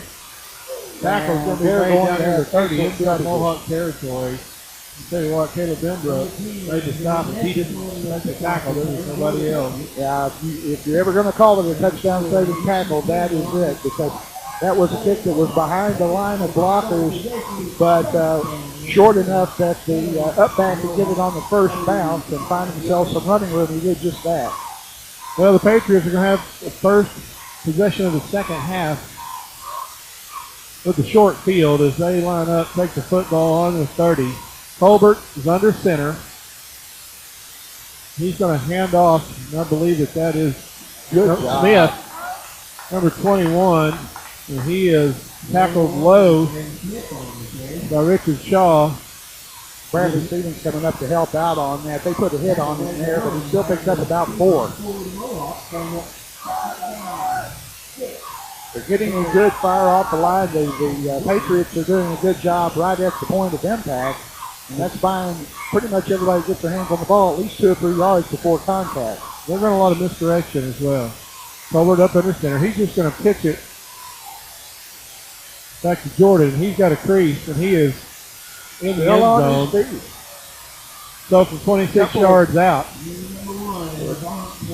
Brown will make that Devontae Jordan going to push the lead for the Patriots up to 14-6, and the Mohawks give up 2 big plays to start the second half. And they're down to touchdown and a 2-point conversion with another 2-point conversion coming up. You haven't seen much indication that they'd be bringing on a kicker. With the way their short game has been, at 2.5 yards is not much of a challenge. Colbert up under center. There's a timeout on the field going to be taken by Palestine-Wheatley, and we're going to take this opportunity to thank some of our sponsors that help bring you Mohawk football on YHC-TV. Mike and Pat Patterson at Piggott Realty. For all your real estate needs, give them a call, 870-598-3142. We appreciate them. Also, Tim, I know we've already talked about it, but it is Pumpkin Hollow season. You get a chance to go to Pumpkin Hollow. Daryl and Ellen Dalton, really provide a lot of entertainment. The people that come from all over go to Pumpkin Hollow. Yeah, that's something that's become a regional attraction. And people do come in. You see church groups coming out of Jonesboro and all points out. They love that up there because they can have it either scary or not. After the timeout, Patriots going to attempt a 2-point conversion. And Jordan is met in the backfield and stacked up. Richard Shaw met him jaw to jaw. So the 2-point conversion is no good. The score is going to remain 14-6. And the Mohawks get the ball back. But down by 1 score. The Patriots didn't look like they were tested too much on that short drive, but it was really the big play again that bit the Mohawks. And the containment that they had, that one started outside. They turned the blockers out. And once they got outside, saw Bradley Stevens taken all the way to the sideline. That made the decision for the cutback, and that's exactly what Jordan did. Ended up taking it to pay dirt. Expect to see another short kick out of the Patriots this time. Again, we'd like to send our thanks to Mark Howell at Custom Car Care. Again, Mark Howell, 870-598-2571 at Custom Car Care here in Piggott, helping to bring you Mohawk football on 182 TV. Well, they actually kicked one downfield. It's going to go out of bounds. So the flags are going to come out. The Mohawks will have pretty good field position on this possession. He's probably just the 35 on the out of bounds kick. You know, from the kickoff, it's probably the worst field position the Mohawks have had. And they're still going to have it out on the 35-yard line. Yeah, absolutely. Most of this game has been played between the 30s, basically. We spent a lot of time in the middle of the field. Each team now has mounted scoring drives. We spent a lot of time right out here in the middle. Again, we'd like to tip our hat to the folks that prepared the field. It's in excellent condition. Got a good stand of turf on there this year, and it's really taken this rain well. Don't expect to see any ill effects for next week's game against Manila for homecoming. Well, Nick Haywood is met in the backfield. He didn't have much of a chance there. He took the handoff and then took a hit. Actually, it was number 31, Malcolm Robinson, got there about the same time. Almost simultaneously. They were in the backfield again, shooting those gaps. Something that we saw Yellville Summit did late in the ball game. The Mohawks have adjusted a little bit by tightening up the gaps, but they still kind of porous there in the middle of the line. And there again, you might need to draw something to keep them honest. A little option to the right. The pitch goes up to Haywood. A good open field tackle is made by number 2, Ethan Beer. Yeah, good containment that time by Palestine-Wheatley. They kept an eye on the pitch man. You have your assignments. Anytime that anybody runs the option, one guy's got the pitch man, one guy's got the trailer. And if they both do their job correctly, that's kind of how it works out. Going to be a short loss on the play. Going to bring up third down. A little over 11. Austin Murray up under center, and there's a flat timeout on the field. They tipped their hand there, and that was going to be that counter. It's really a counter reverse. Flip it back to Haywood, and then gives it back to Stevens, I believe, going the other way. But the Mohawks are going to get a 3-5 yards because he's got a neutral zone fraction by the Patriots. So we're going to go from about 3rd and 11 to about 3rd and 12 to 3rd and 7. The Mohawks come up with Adam Reisinger over the football, going to snap it as Murray hands off. And it looks like Bradley broke a tackle, and he got a block from his quarterback, but he still tackled hard around the right side. Take a jumper. He's not able to get out there. Him. He can't get out there and take advantage of his speed. They're containing fairly well, keeping it in between the hashes when they can, but he reversed his field, ran a long way for very little gain. Actually, he lost about 4 yards on that. He'll end up 4th and 11, and Mohawks going to be forced to punt the ball back to the Patriots. Safety back for the Patriots is going to be 15, Jacob Jumper, as Bradley Stevens, number 1, prepares to punt the ball, and there's a dead ball penalty. We've got another substitution infraction going to be enforced against the Piggott Mohawks, and that'll push them back 5 more yards. Well, they broke the huddle with too many men, and I believe it was John Daniel Beck that came to the sideline, but it was too late. You can't break the huddle with too many men on the field. That was the situation, and it's just going to need a little bit further to punt. Well, Stevens is going to receive the snap of the punt around the 15. The jumper is back down the 40, and it's going to take a Mohawk bounce. The jumper gets out of the way. Down near the 27 by the snapper, Mason Ron, number 7. For the Patriots to take over first down and 10. You know, Dan and Daniel Gossett Real Estate also help us bring Mohawk football away to TV, and we appreciate them very much for your real estate needs. 870-598-5555. Again, Gossett Real Estate here in Piggott. And Daniel's one of the volunteers down on the sideline. He keeps stats for the team and does a good job on that. And see him down there with his clipboard. Give a little high five to Bradley as he comes off there. You see him down on the sideline to the side. Also see Doc Mallory down there. He did great when Doc can be here. It was great to have him here, there at the Brooklyn game, even though you hate to see Garrett hurt that way. But he's definitely an addition that you like to have. Well, Devontae Jordan carries around the right side. He's tackled downfield by number 15, Austin Murray. So he's going to get a first down by that carry. If that happened quickly, they're going to spot the ball at the 43-yard line.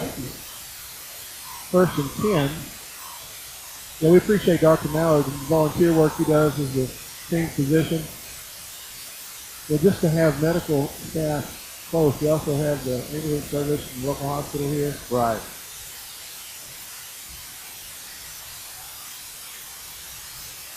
Colbert up under center. He's going to drop back to pass. He's going to throw out in the flat. He's got a receiver. Pass is going to be complete. Going to be carried up near midfield. That's 22, Hunter Parson on the reception. Did he get 8 yards, Tim? Yeah, he did a little curl out there. Once he caught it, he turned it back inside and was able to shake the first tackler rather. Picked up a couple more yards on that. So it's going to bring up second and long one. Murray's had to make a lot of tackles out there on that corner. Secondary made a lot of tackles. It's going to be a bobbled snap. They got a flag down on the play. And Culver's going to go to the sideline. He's brought down by Nick Haywood, number 44, number 5, Logan Dixon. So I think the Mohawks are going to have options for a play for a loss or a penalty. I believe that, of course, at this situation, you'd want to go ahead and decline the penalty. Yeah, take the down. The big loss in the down. It is a hold over on the far side. They will decline the holding call. So they'll take the lost yardage and the down. And got the ball to play there by the Mohawks. He fumbled the snap just a little bit. That slowed him down a step, gave the Mohawks a chance to come through, and then it was just a foot race. Upset the timing of the whole play when he bobbled the snap. So, after the loss, going to bring the ball all the way back to the 40. Going to be second down and 12 for the Patriots. Colbert again under center. Jordan's in the eye, takes the pitch around right. He's forced back inside. He gets up over the 45, near the 46. Animal Clifford makes the stop. Good job on the pressure that time, but the Mohawks coming through. The fly pressure was Drayton Holman. And he kind of turned that play back in, and gave his linebackers, another lineman, a chance to come up and help make the stop. He did his job. And I thought that was off by a down. It is fourth down. They had second on the last play, but when it should have been third, this is fourth down, and they're lined up to go for it. And then Colbert takes a snap. There's a fumble on the play. He's down right there. Put a knee down. So when he touches his knee down, it is blown dead. The Mohawk defense holds and gets the ball back. And they're going to have it somewhere near the 45. Spotted at the 44-yard line inside Patriot territory. The rainy conditions, I guess, is the only thing you can blame for that, because they've had a lot of problems holding on to the football out there on the snap and on the exchange. So this time it benefits the Mohawks, gives us an opportunity to come down and get back into this ball game with the trailing here in the third. Well, for the third week in a row, the Mohawks are in a dogfight. Yes, exactly. Well, the Yellville Summit game, they went down like 14 zips, came back 16-14 at the half, I believe. They actually scored 24 unanswered before that game ground to a tie. McKinney takes the ball around the right side. He's up over the 40, stays in bounds. Going to be stepped out They're going to mark it at the 32. I think he's got the first down yardage. I believe he's got enough crossing tendencies there for the stop for the Patriots. He got a good block from the wideout, number 5, Logan Dixon. McKinney kind of glided in there because he's got speed. He's very quick. He's got good speed in the open field. He's not the bulkiest guy out there, but you get him in open field, give him an opportunity one-on-one to make somebody miss, and he's got a good chance. Well, the Patriots have made it clear that they're going to key on Nick Haywood. They're going to try to stop that between the tackles business. Murray takes the snap, and he cuts upfield, and he's got a crease, and he is still on his feet and still carrying the football inside the 10. Going to be down near the 8-yard line. About a 23-yard carry for that senior quarterback, Austin Murray. Hunter Parsons makes the tackle, but not before the Mohawks move the chain. This could be one if the Mohawks can just get back and score again. They could break this one open. It has the looks of a game that, especially with a team that knows they've got a long bus ride home. They know it's not a conference game. It's one of those situations if you can smack them in the mouth real good, get them down, then they start thinking about that bus ride a lot more than what's going on in the game. Murray in the shotgun. Stevens in motion, takes it. He's got a crease. Got a block. He's trying to get to the corner, and he rounds the corner, and he's in the end zone for the touchdown. And the Mohawks pull within 14 to 12, Tim. About a 9-yard touchdown that time of Bradley Seaton. He hit the corner that time. He had Nick Haywood out there, but really didn't need the block. It was just a foot race at that point, and he won it.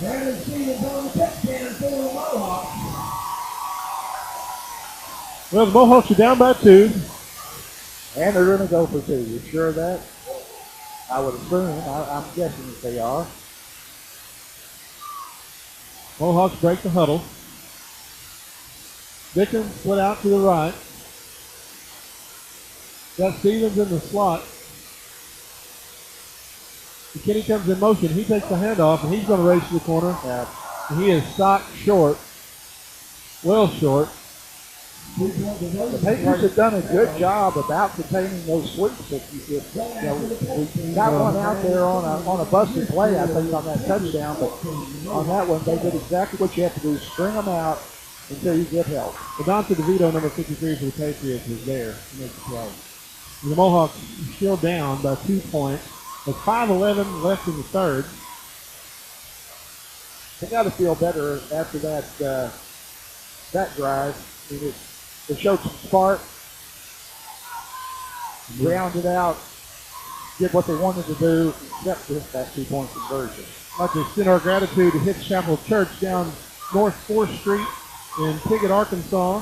Actually, it's in the city limits now, the last annex. It's decided until you run out of pavement. Indeed. If you get off the pavement, you went too far. Hitch Chapel Church, the place where sinners are welcome because they all are. It'll help the place help you come to know, love, and follow God.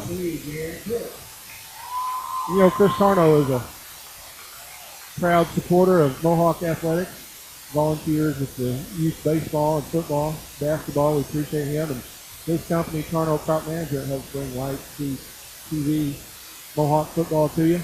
We appreciate Chris. Again, it's Tarno Crop Management, 870-240-4282. All right, ball is teed up. It's shift arm. A little different. Don't hit him on the ground. That was 57 Seth Lacey on the kick there. Ethan Deere recovers it for the Palestine-Wheatley Patriots. They're going to have the ball right at the 49. You're right, Tim. We played this game to in the 30s.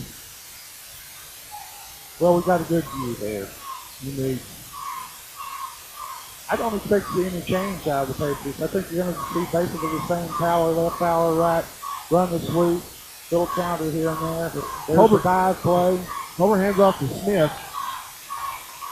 Number 44, Nick Haywood, crashed down from that end position to make the field, but not before he gained 3 yards. Call it gain of 4, be second and 6. There's nothing really fancy about the offense that they've run. Of course, you don't want to tip your hand to your future conference foes by cleaning out the playbook and non-conference plays. They are in a fairly tough conference. Deion Colbert again under center. Smith dots the I. He's going to take the handoff right up the gut. He's going to have a first down near the 40. Whipped by Clifford in the backfield, wasn't it? Yeah, he almost had it. I wasn't sure if it was Gilby or Clifford like that. Coming over to the attention of Coach Michael Harrell, giving a little bit of advice. Michael is very intense on the sideline. He's just entertaining somewhat to watch. Well, the ball rests just outside the 40. Patriots again in the I formation. Colbert under center. Going from right to left on your screen. Pitches to Smith. He's on the right side. He is in the secondary. That tackle was made out of the corner by Nicholas McKinney, number 34. This kid's heading downhill there. He's turning it upfield and getting good positive yardage. Mohawk defense needs to stiffen. They're looking for a stop with 4 minutes remaining in the third quarter. Jordan's back into the game. I imagine I'll probably call his number. Number 1, Devontae Jordan, does take the handoff right on the right side. He's got a crease. He's headed inside the 10. He's going to be brought down by Eli Smith, number 32. That's another first down. Yeah, it's kind of like you said about Nick Haywood. Number 1 comes out there, lines up that deep back. They're probably going to call his number, and they did. Yeah, they're going to spot the football first and goal at the 4. And Colbert's under center. He's going to call his number again. Great job. The backfield. Like Shaw. Jordan was met in the backfield by Richard Shaw, number 22. Going to lose a little bit of yardage on that play. Coming to the second goal. Yeah, Shaw did a great job of fighting his way through the block, getting in and around the ankles, and there wasn't anything that Jordan could do at that point. We mentioned earlier, he had over 2,300 yards as a junior high player. A very talented running back. Fumble on the play, and the Mohawks have it. That ball squirted out. Ball squirted out. And number 52, Brian Samples, fell on it.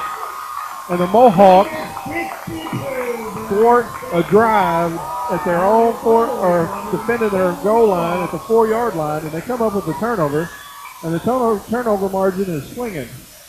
Yeah, the Patriot coaches, I'm sure, are not happy at all. That ball is squirted loose too many times. I've got the turnovers at 3-3. I believe you're correct. Since the Mohawks all came in the first quarter. Right. Or two in the first quarter and early in the second. Well, now the Mohawks need to both try to capitalize on this opportunity and burn some clock. Murray's going to keep it over the left side. Because the one way that Devontae Jordan can't hurt you is when he's not handling the football. Travis Henry makes the stop for the Patriots defense. And I haven't really seen Jordan line up on the defensive side of the ball. He's over on the sideline right now catching a breather, but the best way that you can keep them from scoring is keep the ball out of their hands for a while. And that's a good way to start it with a good 5-yard run on first down. Full house backfield for the Mohawks. Nick McKinney split to the right. Up for a first. Nick McKinney took the ball over the right side. And he pushes forward to the first down. Following Landon Williams through there, got a couple of good blocks. Opened a hold, and he picked up, looks like about 6, close to 7. Spotted just around the 20-yard line. First and 10 Mohawks. Minute 52 ticking in the third quarter. Logan Dixon split out to the right. Adam Reisinger up over center. Murray in the shotgun. He's going to keep it again, and he's got a little crease. Positive yardage. The ball comes out after Murray was down. He's going to get about 5 yards. He's second 5. Looks like number 53, Michael Ripper, making the tackle. He's looking a little more comfortable. We just need to take care of the football. Try to put together a good sustained drive. Now, course, Austin was playing in the running back spot last year when we played the Patriots. He had 65 yards on 7 carries out of the backfield. Moved back to the quarterback spot with the graduation of Logan Murray. No relation. Well, Stevens is going to get 11 yards on 1st and 10 as he pushes his way up. We do have a Patriot player down on the field. Favoring that left leg might have got rolled on from behind there. Hey, we also want to say something about Tanner Murray. Tanner joining the Arkansas State University Red Wolf baseball team. They were going to have a scrimmage, I believe, tonight, and he's working hard to make that team, and we wish him the best of luck. Of course, Tanner was a standout. He had the accident after his graduation, slowed him down a bit, but he's got his opportunity, and we do wish him the very best of luck. Kenny's got the ball on the corner, and he's trying to get around it, and he does not make it. And he is slammed down hard near the 32. Got him by the jersey, and shoulder pads are hanging out and everything else, and he's going to lose a yard on that play. Yeah, just couldn't get to the outside on that. Didn't have a blocker out there to help him out, and the only thing you can hope for in that situation is a horse collar. I mean, if they get too much of the pads, but the Patriots have had excellent speed in containing the outside run. Well, that brings us to the end of the third quarter. And we're going to take the break. This is Mohawk football on YHC-TV. First Midwest Bank Gold Club offers special privileges for our friends who are age 50 or better and have combined deposits of $5,000. Members enjoy trips, cruises, seminars, and picnics along with free personalized bank services. Upcoming trips include Journey Through the Holy Land, Yellowstone in winter, Classic Ireland, and Hawaiian Paradise Cruise. Stop by any First Midwest Bank location to sign up for the Gold Club. It's absolutely free. First Midwest Bank, providing common sense financial solutions every day. It's the small things in life that you tend to appreciate. The quality of care at SEMO Health Network is no different. They focus on the small details with healthcare that make you feel good, so you can get back to enjoying the small things in no time. They have so many ways to take care of you with 8 locations serving rural communities in need of medical care, including dental facilities and an in-house laboratory. You'll feel good about this. SEMO Health Network. Well, we're back at the beginning of the fourth quarter as the Mohawks have the football, but not the lead. Indeed, down by 2 as the fourth quarter starts. Going to spot it second down and 11. Mohawks will have it here at the 32-yard line. The Mohawks put up 74 points in their first 2 games. We knew that with the wet conditions, likely to be a lower scoring affair. Palestine-Wheatley put up just about the same number of points in their first 2 games. Murray is back to pass, and he's flushed out of the pocket. He's got room to run on the left, and he makes a move. He is still on his feet, going down the sideline. He steps out of bounds. He's inside Patriot territory, out at the 48, no, at the 47-yard line.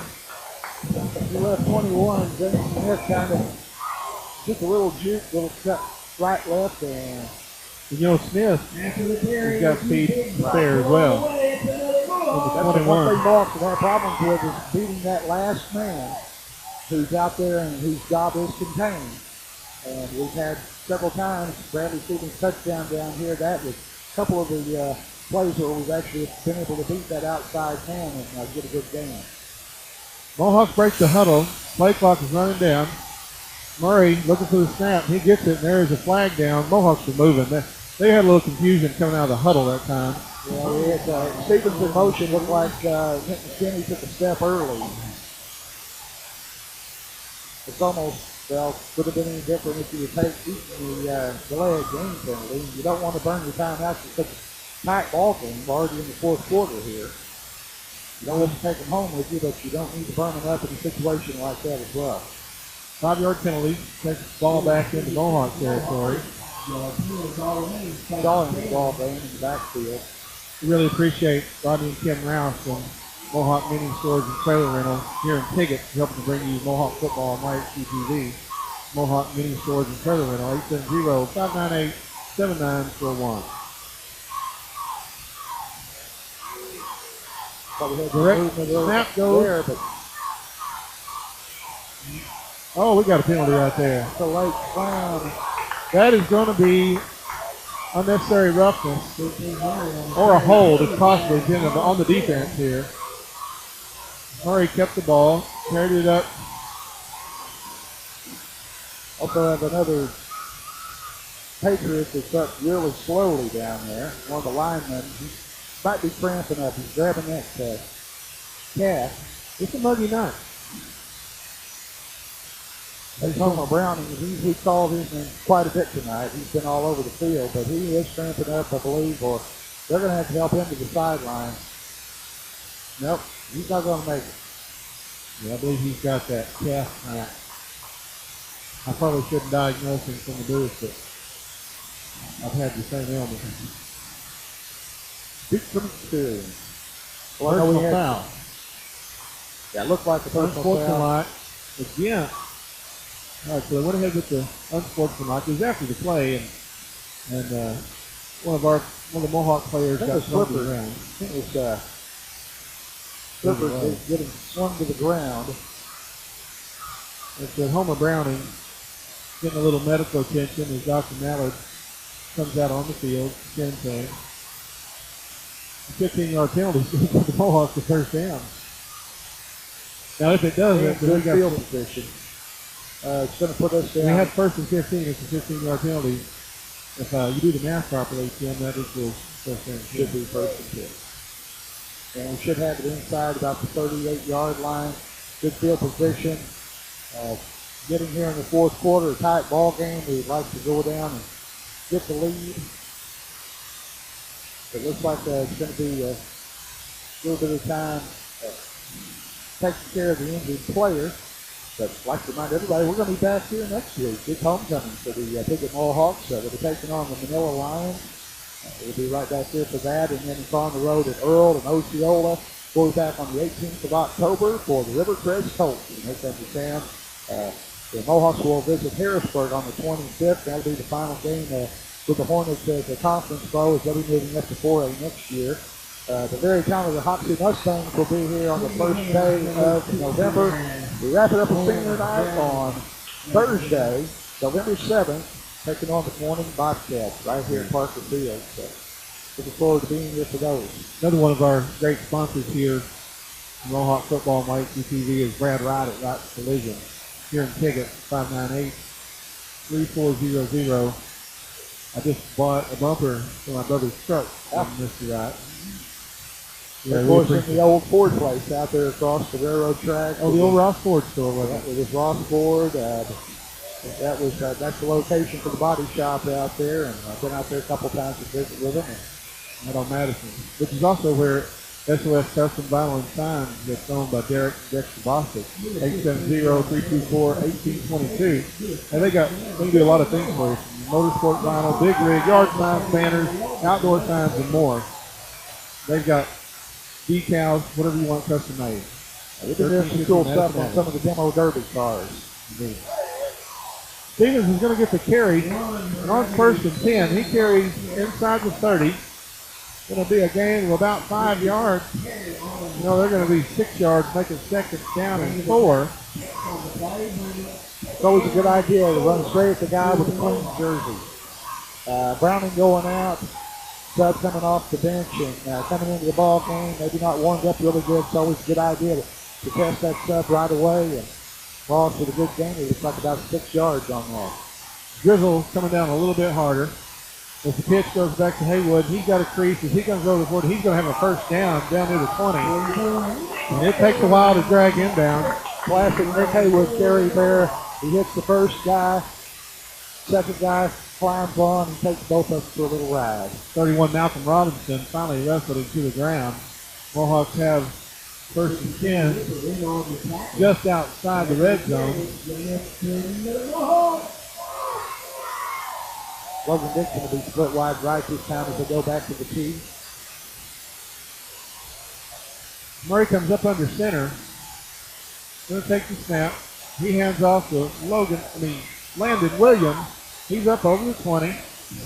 Short gain on the play. Yeah, in a tight game like this, you want to go ahead and try to march down, score, but burn up some clock in the process. It's nice to have a big run. It'd also be nice to run this one down and not give the Patriots much time to work with. Yeah, we'd like to remind everybody that no matter what's on the scoreboard at the end of regulation, that's what it is. That's it. There's no overtime in non-conference. We're inside 9.5 minutes remaining in regulation play. Murray's up under center, and he keeps it. And he is stacked up. Not much going on there. Now look for that quarterback draw again. Took the snap and took the step, shot the gap. The gap wasn't open that time. Michael Ripper is there to make the stop after a gain of 3. We're going to call it 3rd and 4.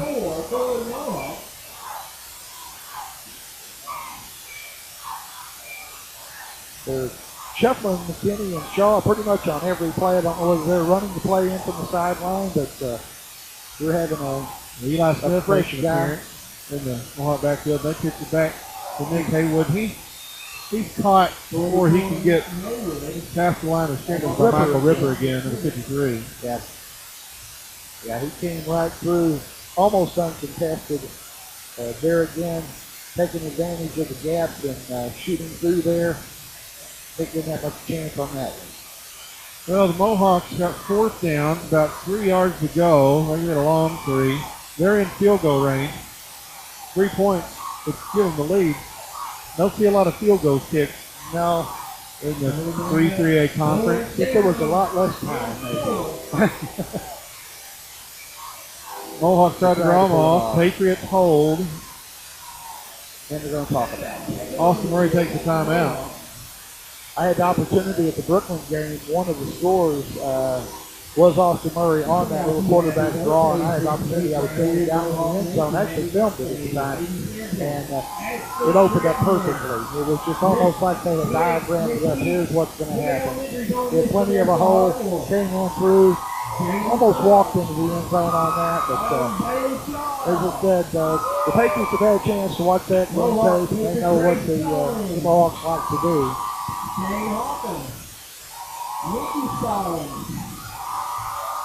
Happy birthday to our new band director, Mr. Jerry Worthington. Well, the Mohawks took a timeout. This is a critical 4th down. And it's not 4th and a foot. We're talking about 3.5 yards, Tim. It's right. It's an important play. Mohawks are down to 14-12 with 8:02 remaining in regulation play. The Mohawk offense down near the 15-yard line tried to draw off the Patriots on a hard count. This is a key play in the drive and the ball game, and it's going to be Pitch comes out to the Bradley left. Stevens. Stevens is going to get it. He is out at the 10. And he's got the first down. No flags on the play. I think he's got it. Now, the marker across the way is just outside the 10. And they're going to start the ball outside the 10, too. And they're going to They're going to measure it. They're going to take an official timeout to measure. I thought the spot was a little bit stingy.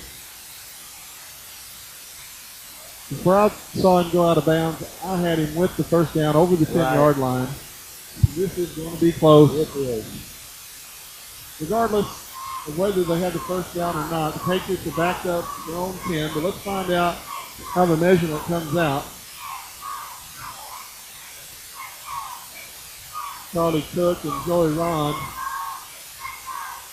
chain gang, come all the way across the field, and it is a brother. They marked it just short. Brad doesn't just like short.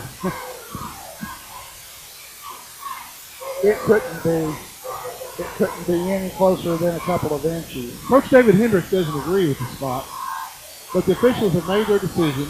So with It's at 7 minutes and 52 seconds. Patriots get possession of the football as the Mohawks turn the ball over on down. Well, the good thing is that the Patriots have had a hard time holding on to the football here in the second half. It's raining pretty good, actually, here at the field, and coming down.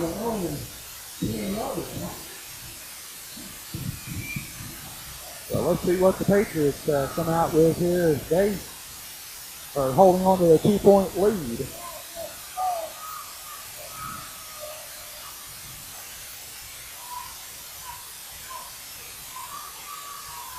Now Devontae Jordan back in the tailback position for the Patriots as they're deep in their own territory.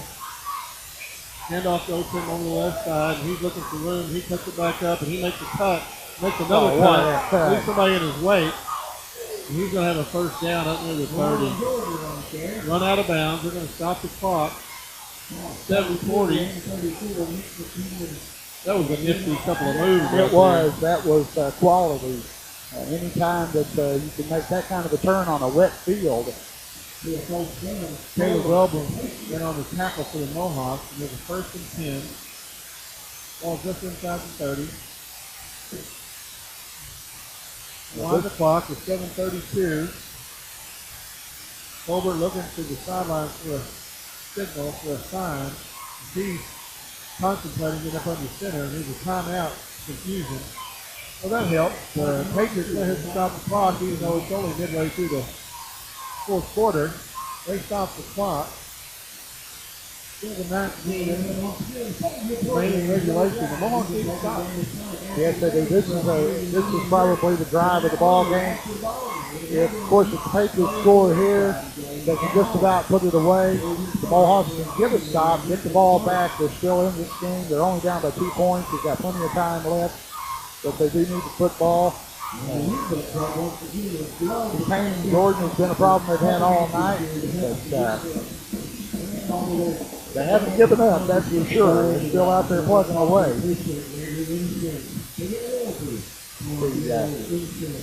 Coach didn't like the way things looked right there for some reason. Well, the quarterback, Deion Colbert, number 11, kept looking to the sideline. There was a lot of confusion.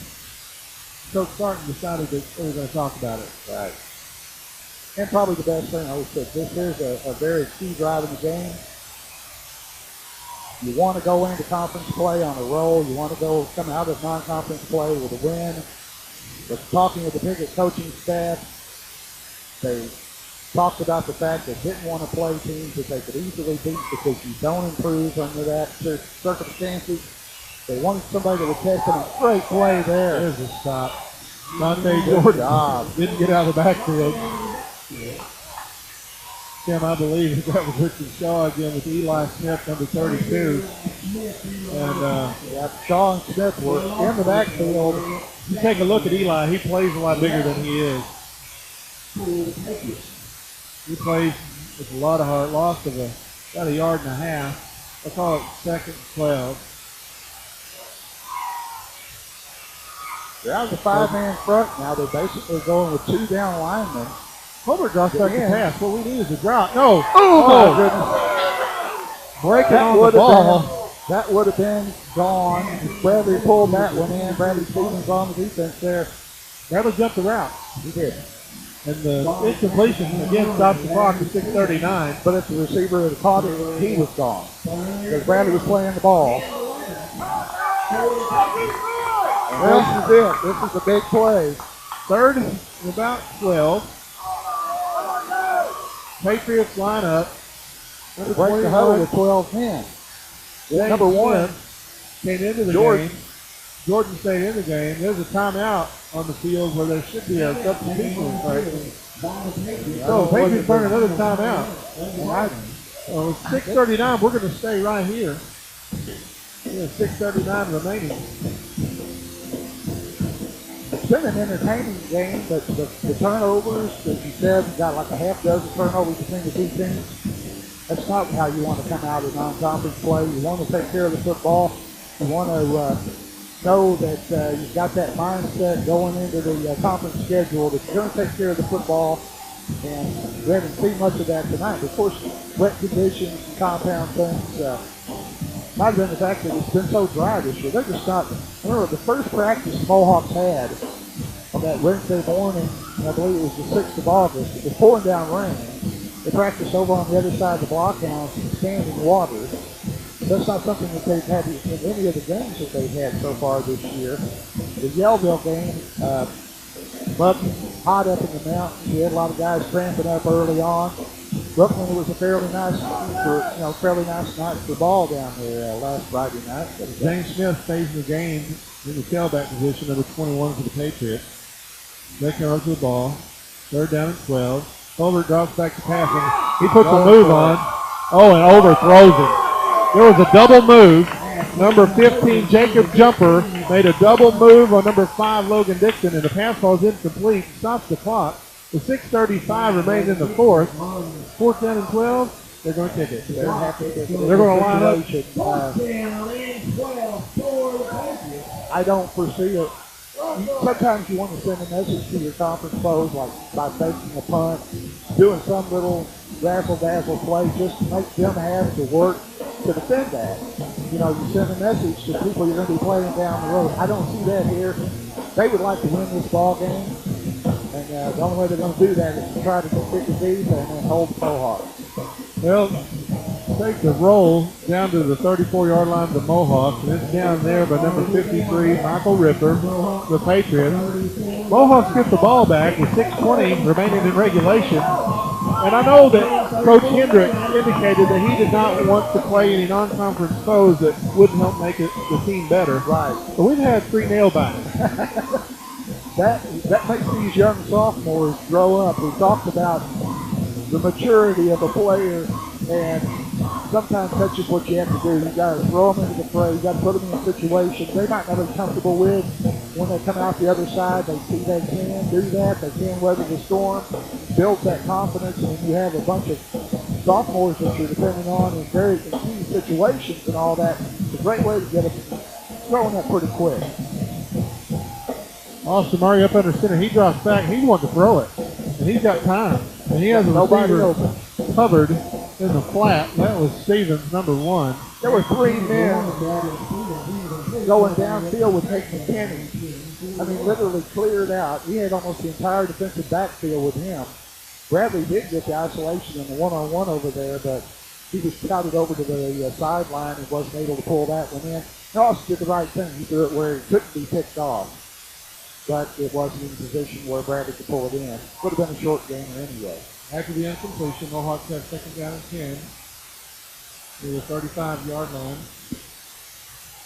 Dixon is split wide to the right. McKinney in motion takes the handoff from Murray. He's got a little crease, and he's going to get 7 or 8. Yeah, according to the spot, looks like they're going to give him about 7 on that one. He's getting up a little bit slow. But I guess at this point of the ball game, and this has been an up and down one, I'd be getting up slow too. Now we got a right foot spot, not a left foot spot there. So they spotted right at the 41. This will be a key 3rd down play. We really need to pick up the 1st down, keep this drive going. Get it on into Patriot territory. Indeed. 5.5 minutes left, plenty of time as the Mohawks have the football at the 41-yard line of the Patriots. McKinney in motion. Right up the gut for the 1st down yardage is the quarterback, Austin Murray. Austin's listed at like 5'9". He plays bigger than that. He plays bigger than that in basketball too, if you have a chance to see him. He doesn't play like a 5'9" guy. We'll call the spot to 47. Mohawks driving with 5:15 remaining in regulation play. Mohawks are moving from north to south. We're getting closer and closer to that time where he's not going to try that field goal stunt. Nothing doing right there. Nick Haywood just caught in the backfield. Yeah, the Malcolm Robinson, he was back there. He almost would have gotten in there. Do we have a flag on the play? We do have a marker. Personal foul. Shot block. Oh, on the offense. That's going to be a big one, Tim. Yeah, it's a 15-yard penalty from the spot of the infraction, so they're going to mark that one back, and we're going to have about a first down and 24. It should be 25 yards coming up. I'm not sure who they called that on. Richard Shaw was looking over to the sideline, struggling like he felt like it may have been called on him. They come out now as Ron comes back in the ball game. Well, it's first and a quarter of the field. Mohawks have 5 minutes. Clock rolls. Murray in the shotgun. Stevens in motion, takes the handoff, and he's caught again. Another loss. Same situation, same guy coming over the same side. I'm not sure who's beating over there, but Robinson better watch it. He might get a little bit of excess celebration call. Apparently, they just won the Super Bowl. Maybe he just made a tackle behind the line of scrimmage, but it is a long way to go. That is a long way. But, you know, one play can get it right back. They have gone pretty much out of the shotgun, giving Murray that extra time. And he drops that and looks for the screen, and it is sniffed out, and they're going to lose yardage again on a complete pass. Ball was loose, but I think it was down. It was an incomplete pass. Incomplete pass. Nick never could control that. It kind of hit him in the hands and started trickling down his leg. And as he was taken down, the ball was rolling out. He never had possession of the football. Well, third and a mile. The Mohawks need to get part of this yardage back on third down. And they're going to have Twins to the right. Stevens is split wide to the left. Murray in the shotgun. He drops back to pass. And he's got Stevens thinking he is open. Oh, tip. And the ball falls incomplete. It was tipped and almost picked off.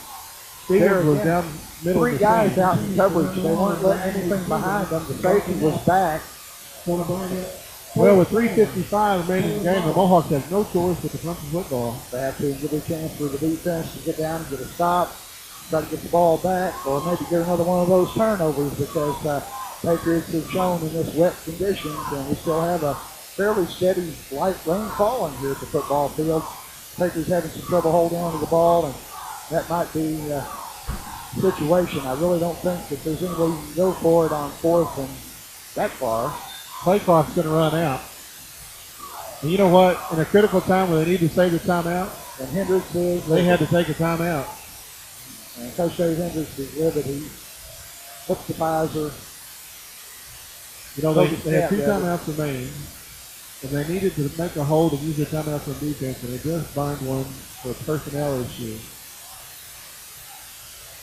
Robin's going to come into the game. And Murray's sitting on the sideline.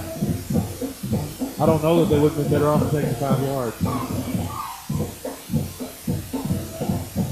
Yeah, at this point of the game, especially if you can get a good roll, it's not going to matter a whole lot, but that timeout could loom very large. The team that thinks the Mohawks can't get the football back and try to mount another drive, but it seems like the Patriots have had their number the last couple of drives and have been shooting the gaps in the right spots at the right time. Well, Stevens is back punting football for the Mohawks. Low snap, fielded by Stevens. Low drive and kick, but there's nobody back, so just roll and roll. Going to be down to the 30. Welburn down the football for the Mohawks. So with 1 timeout remaining and 3:50 on the clock, Patriots take over possession of the football. The Mohawks can only stop at 1. Now, I believe the Patriots only have 1 timeout left as well. They're out. They're out. They They used are their out last timeout. one. So, They won't be wanting to stop the clock here. no, not in this situation. No, Mohawks need to be tackling the football for one thing. They need to try to poke it out, do everything they can. The Patriots, I'm sure the coaches tell them on the sideline, wrap that thing up. Even if you have to go to the ground, don't turn over the football. This is crunch time. Well, the senior, number 21, James Smith, is lined up at tailback. There's a flag down before the snap. That's interesting. And the Patriots are already backing up. Another substitution infraction. That's a dead ball foul. First and 15.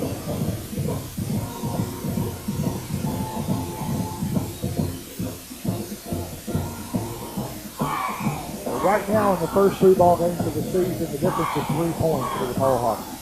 Tying the first, a 1-point loss, and the 2-point deficit right now. If it stands up, Smith takes it right up the gut. He's got a crease. Wilbur makes the tackle. Also on the bottom of the pile is number 1, Bradley Stevens. He's going to get the penalty back and more. There has to be a point where the Patriot coaches would maybe want to set your best running back at some point. Knowing they're going into conference play next week.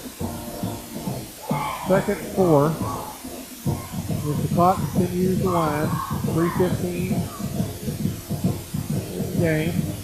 There's a flag down. I believe the Patriots move. So that'll stop the clock for them again. And then the clock won't start until the ball is snapped. So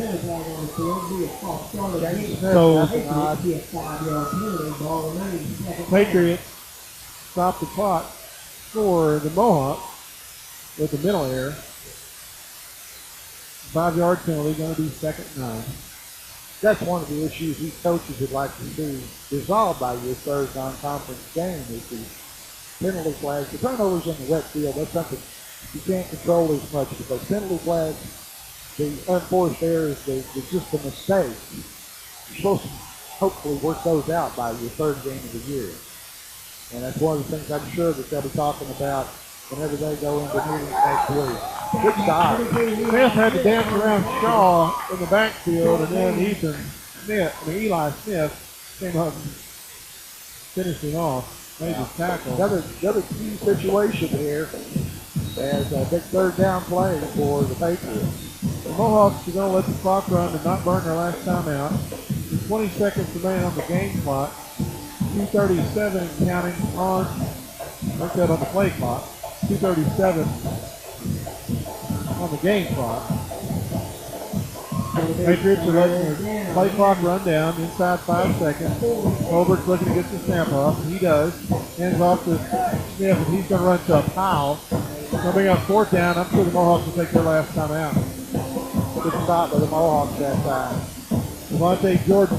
Yeah, I'd be almost tempted if I were the Patriots to go for it on 4th down, just to run the clock a little bit more. So they're going to show punt. And the play clock is just now signaled to run. So we got 20 seconds remaining on the play clock. 2:08 in the game. Patriots are lined up to punt. Hunter Parsons back and punted and lining up the punt. They're letting the play clock wind. I think they're going to take the penalty. 5-yard penalty. You know, that's a bad move on the Patriots' part because on a penalty, the clock doesn't start until the snap. So somehow, someway, the Mohawks preserved their lone timeout. And a few seconds of game time, and that could mean all the difference in the world. But the Mohawks are going to have to figure out something other than what they put together on that last drive. But they are going to get the ball back. It'd be nice to have McKinney take it to the house. Oh no. Bobbled snap, going to be short of the 1st down. It's going to be Mohawk ball right there. They're going to have it in territory with the minute 42. Mohawk ball at the 35-yard line, 1st and 10. Well, the punt snap was bobbled. Actually, it was skipped back there to the punter. And he picked it up. And, you know, he didn't miss by much. He was just a few yards shy of the 1st down. But the Mohawks have the football. Here's the 35-yard line of the Patriots with the minute 42 and a timeout. They have played it down to the wire every week now. And I guess I'm not sure if they know how to play with a big lead. Austin Murray is going to come up under center at dead T. He's going to pitch it left, and the end is hooked. Stevens gets out of bounds and stops the clock. Looks like he's going to get about 4 or 5. Running to the short side of the field there, stopping the clock on the out of bounds. Of course, you can kind of hope one of them might be overzealous and hit you out of bounds, give you another 15 or so. Because down this deep at the 30, that's half distance to the goal. 5 yards on the play. Going to be second down and 5. Oh, they're going to do the crossbuck, and they got it opening. Bradley's got the corner. He's inside the 20-yard line. They're going to mark him down at the 20. First down. So Stevens gets the first down. Ball's just inside the 20-yard line. First and 10 Mohawks. He got out of bounds, so the clock is stopped. 1:33 to play in regulation. Play clock is at 20 seconds. Mohawks have a little something going. 1:33. Austin Murray up under center, takes the snap, gives it to Haywood. He's got a hole on the right. Haywood carries the football. He's going to be stopped near the 10. Should be just shy of the first down. Mohawks still have a timeout. Second down and about a foot. Make it 2 feet. Play clock winds. 1:15 on the game clock. Referee's wanting them to start the game clock. I guess that was stopped for a second. And he's got a crease. He's inside the 10. There's a first down, so the clock will stop. 1 or 2. Clock will stop while they set the chains. And the Mohawks are probably more troubled about leaving time on the clock right now as he's inside the 5. Tim, he's down near the 2-yard line. And what a game.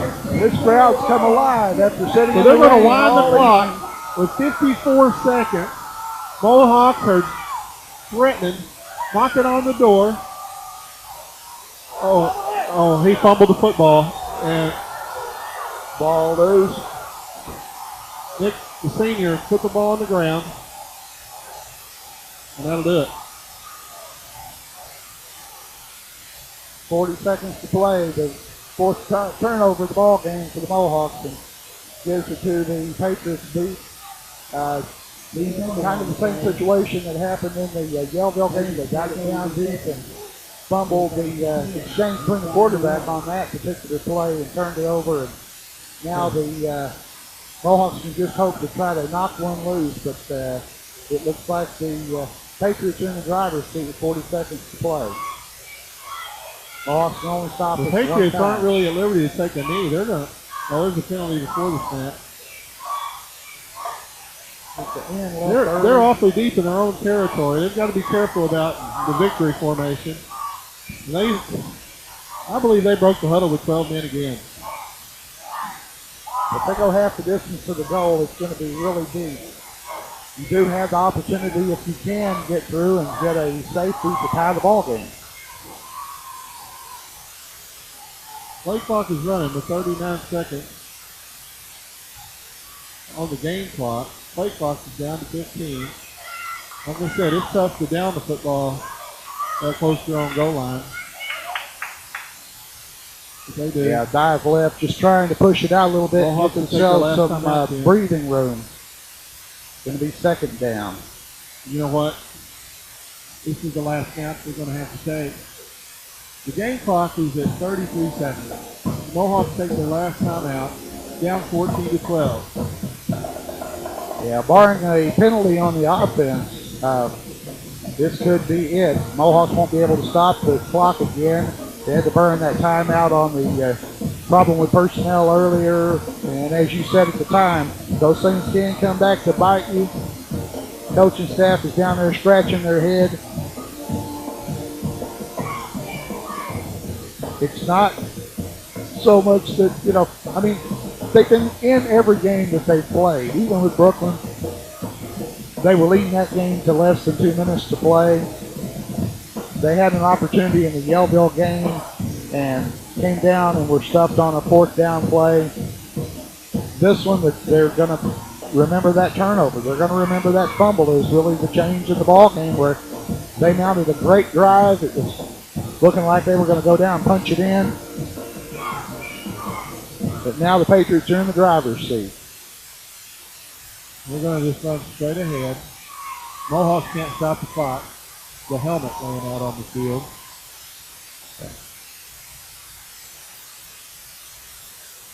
Clock will stop.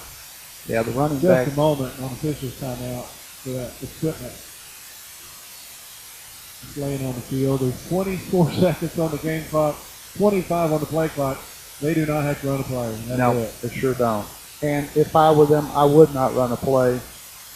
They'll wind the clock and let it run down. They don't even have to take a knee. It'll be a situation where they can pull off a 2-point win.